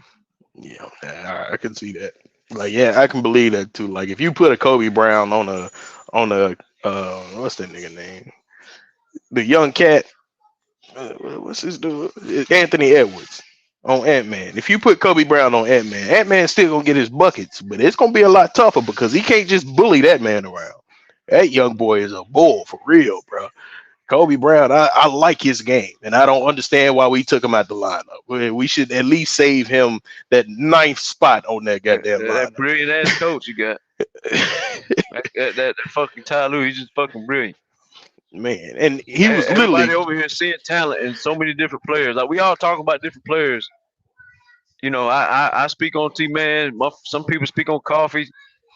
Some people speak on Bone. Some people speak on Kobe Bryant. Some people like we always speaking on talent. The shit just gets buried into the fucking depth chart. Yep. Yep. Well, I mean, hell, like we said earlier, though, we're gonna find out when these young talents leave, though. We for sure gonna find out then. Because Amir Coffey, he's gonna be a dog on any team he goes to. Hopefully he can stay with the Clippers, because we gonna need a Amir Coffey. He's fearless.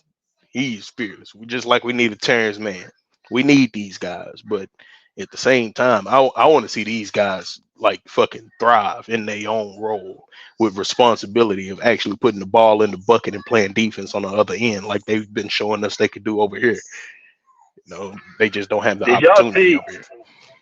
My bad, I don't mean to interrupt, but did y'all see the momentum change when that coach came in? It seemed like Coffey, man, and Westbrook, they played smarter. Yeah. They seem like they play well. Coffey and Man gonna play smart, but it seemed like to me that coach is more of a technical coach than Ty Lue. Yeah. He's more about the scheming, and he would be a coach I think T-Man would love to play for. Yeah, and like you already pointed it out, though. That's what Craig do. Craig's a defensive minded dude. Shoot, BJ, you done already pointed it out. T-Man is with Craig before the game, after the game. Shoot, that's the coach that he goes to, and I think that's the coach that has the most confidence in him, and that's the coach that actually puts his voice out for Terrence Mann to be on that floor. You feel me? Right. So, like, I could definitely see that, and I did see that momentum shift because, like you said, making me hate Ty Lue even more, man. I'm gonna fire this motherfucker right. Hey, like you said, you just want the facts, right? These just the facts. I mean, that was the best thing that Ty Lue could have done, but that's what I was saying earlier when it was my turn to give what I saw. What I saw was the fucking tactical help Golden State. It didn't help us. That bitch went on a 5-6-0 run on our ass. They was pumped up, pounding their chest, staring at Paul George. Like they was bullying our ass. And then we took and put Paul George on the block, which is shit we don't normally do. Yep. You put the defenders on the fucking court. Like I said, I said this earlier. Westbrook wouldn't turn the ball over, and he wouldn't jacking no fucking threes when Ty wasn't the coach. Westbrook played smart last night in the fucking full court. I watched. I sat right here in this fucking truck and watched the shit. He played smart basketball.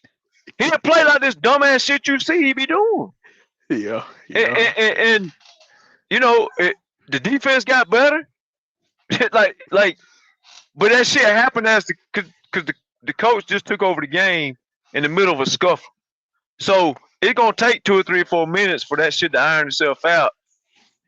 That way the coach can start implementing what the fuck he needs to do, right? Because at first he's trying to figure out who's in the game, who got ejected, who didn't get ejected, who's shooting free throws, who not shooting free throws, how many fouls you got, how many. This shit all goes through Ty Lue's head because this man had to have a couple minutes to adjust, get his mind right. Okay, well I got to call these shots now, not Ty Lue no more. Right. And all of a sudden the fucking team just looked totally fucking different. But that was after Golden State punched us in the mouth. That tactical actually boosted them. Like I said before, they went on a run. I watched it. Dude ran to the paint and bullied Paul George for N1 and was staring at his ass. They was the one getting in bully mode, not us. We just, whatever Craig did, he did his thing, and then we took over the game. I mean, hey, like y'all said, as soon as Craig actually took over that coaching position, you saw that toughness come out. I think that's where the toughness really come from. Like that nice shit, that's that Ty Lue shit. But Craig, boy, hey, he put that toughness on their head. That's that Ty Rivers bullshit. Nah, for real. It's fucking daddy taught him that. That's why LeBron wanted him. He's fucking soft. Like, hey, people get mad about our big. Why is our big so soft? Well, I don't ever understand why everybody comes on the panel with all these complaints and won't none of them hold Ty Lue accountable. They want to blame Kawhi for this.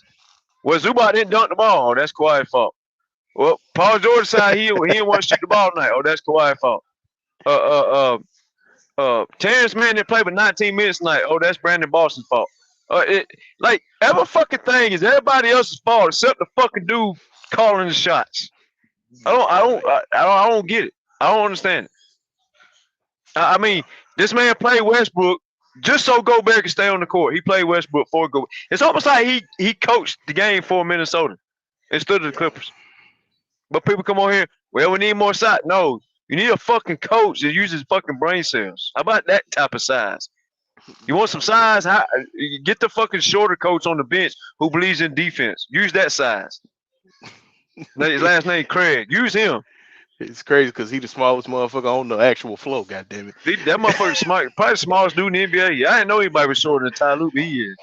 Yeah. And it's crazy too that BJ said that he brought that up because as soon as you seen that, you saw that switch turn on.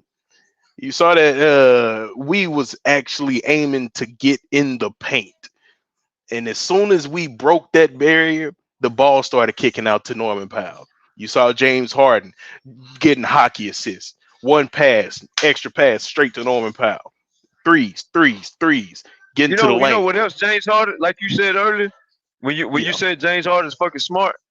Yeah. You see how he peaked that shit? That's the difference between him and Westbrook. I've watched Westbrook 900 times sit there and watch Paul George be the hottest man in the gym, and Westbrook come in the game and jack 3 straight shots. James Harden sees fucking what Powell was doing. But he wouldn't even pass the ball to nobody else. Oh, he was looking for number 24. Every time he come on the court, he was looking for Powell. He knows how to feed the offense. That's the difference in a real point guard and a guy who just cares about his fucking self. That's what I be trying to explain to people. And Norm, boy, you knew Norm was hot after that first shot because that ball did not touch nothing but net, bro.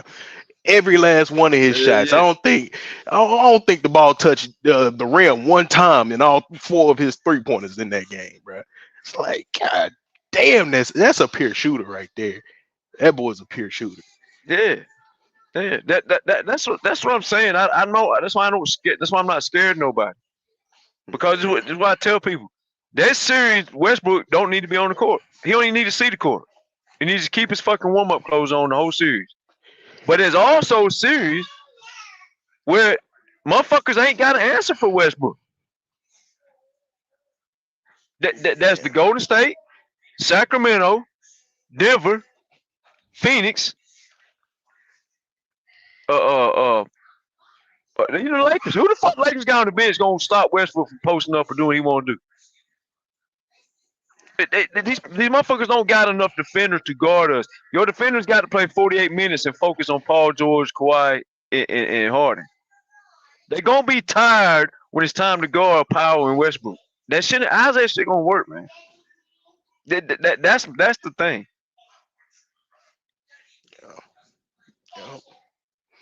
Hell yeah. It's gonna be an interesting playoff. I'm gonna say that because Ty Lue, we gonna see what he really made of these playoffs, and I'm not gonna be surprised if we start this whole comeback clip shit going down 0-2 in every series again. I'm not gonna be surprised. You know, I give him that lead way since he done it once before, but I'm gonna need them to actually be locked in every fucking game. If you're gonna lose a game, you better lose that motherfucker by 1 point. Because this playoffs, these boys really gotta show their ass. They gotta show their ass these playoffs. Honestly, there's no doubt about it. They need to come out hungry, just handling shit. Yeah. I don't care who they playing. Just make sure you fucking get into the paint. That's the one thing that frustrates me the most about the Clippers, bro. They don't get to the paint quite enough for me. Like I don't. Norman Powell is the one person that's consistently looking at the rim and driving the ball. To me, and Kawhi don't even do that. Kawhi is gonna post up. I don't mind it. But I would like to see Kawhi put his head down. I would like to see Paul George put his head down because Paul George is one of the best finishers at the rim that I've seen on this team. Like he finishes through contact a lot of the times, but he just don't do that shit enough. It pisses me off, man. And like Westbrook, he'll catch an and one. He good for that shit. Yeah. And even when they don't call the fouls, bro, a big literally goes straight up on Paul George. Paul George puts his whole body into the big and still finds a way to keep his balance and finish over the top of him. You know, I'm gonna need to see that I'm gonna need to see that a whole lot more these playoffs. Matter of fact, these next 30 games. You seen it in 2021. The problem right now is James Harden got the damn ball a lot more. Yeah. See, that's why in the playoffs they got to distinguish who the fuck is who. Like, all right, man, y'all two motherfuckers better be averaging 30 apiece. Harden, you just get in where you fit in. Like, or tell, because right now it seems like run offense through Harden the whole time and Kawhi. Paul George, you get in where you fit in, so he's just reluctant to just jacking jumpers. What it looks like to me. Right. Yep. I mean, like, and even with the Minnesota game, like, I understand they were scared to go in the paint, but what I would rather see is you continuing to harass Gobert down there. I don't give a fuck if he get 10 blocks. You harass that motherfucker. Hell, make him earn everything he got. Put him in foul trouble. That's what the hell y'all gonna need to do instead of being scared. If you really that scared, make sure he foul himself out. Make sure he has to take a step back instead of going up. You know, put the ball on the floor, man. That should be irritating me. Yeah, I think it irritates everybody. Yeah. But shit, man, it's one of the better conversations we had on here. I got to get my ass up at 4 in the morning, man. I've been up since 3 yesterday morning, so I'm finna jump off here and let you and BJ have it. But yeah, it's good conversation, man. I enjoyed it for sure. For sure. Be careful on that road, boy. Get that 10-hour reset, man. I'm a truck driver too, so I understand. Man. Appreciate you, cuz. I'm about to get up. I'm about to close the live myself. I actually got some stuff to do. No, but, I understand, bro. It's been a great show. Hell yeah. Hey, salute to you, BJ. Hey, great show again, man. But keep on doing your thing, and hopefully these Clippers can win it all this year, man. Oh, you already know it's time. This Clip Ganger don't bang. Deuces.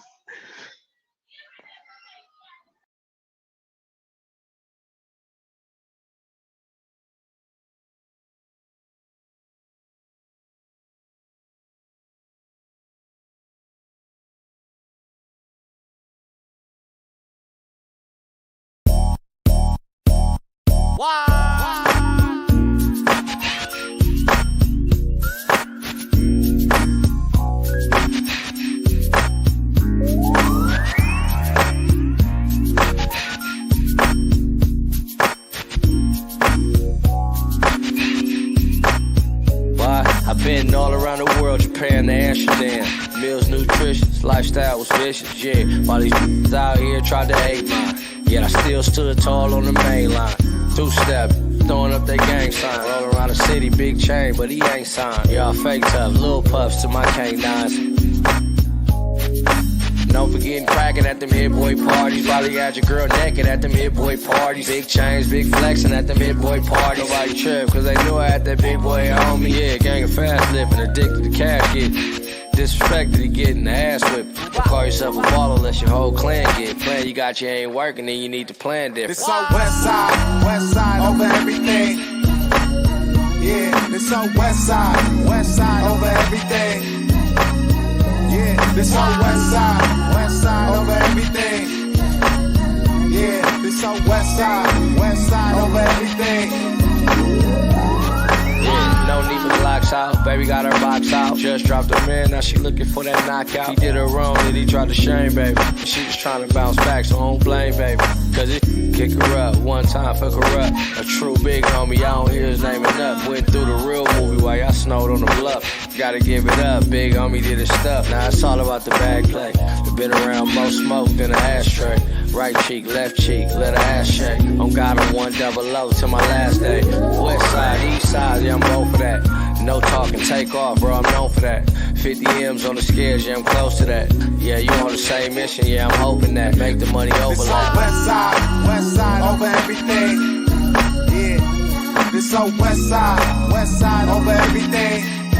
Hey, this on west side over everything. Yeah, this on west side over everything. Throw it up, throw it up, throw it up, throw it up, throw it up, throw it up, throw it up. Yeah, that's too hard. Hey, homies. Yeah, 3-2-3s, 2-1-3s, 3-1-0s, 4-2-4s. Hey, 8-1-8. Yeah, what we missing? 5-6 toes, I see. Hey, yeah. Give it up. Hey, give it up. Hey, give it up.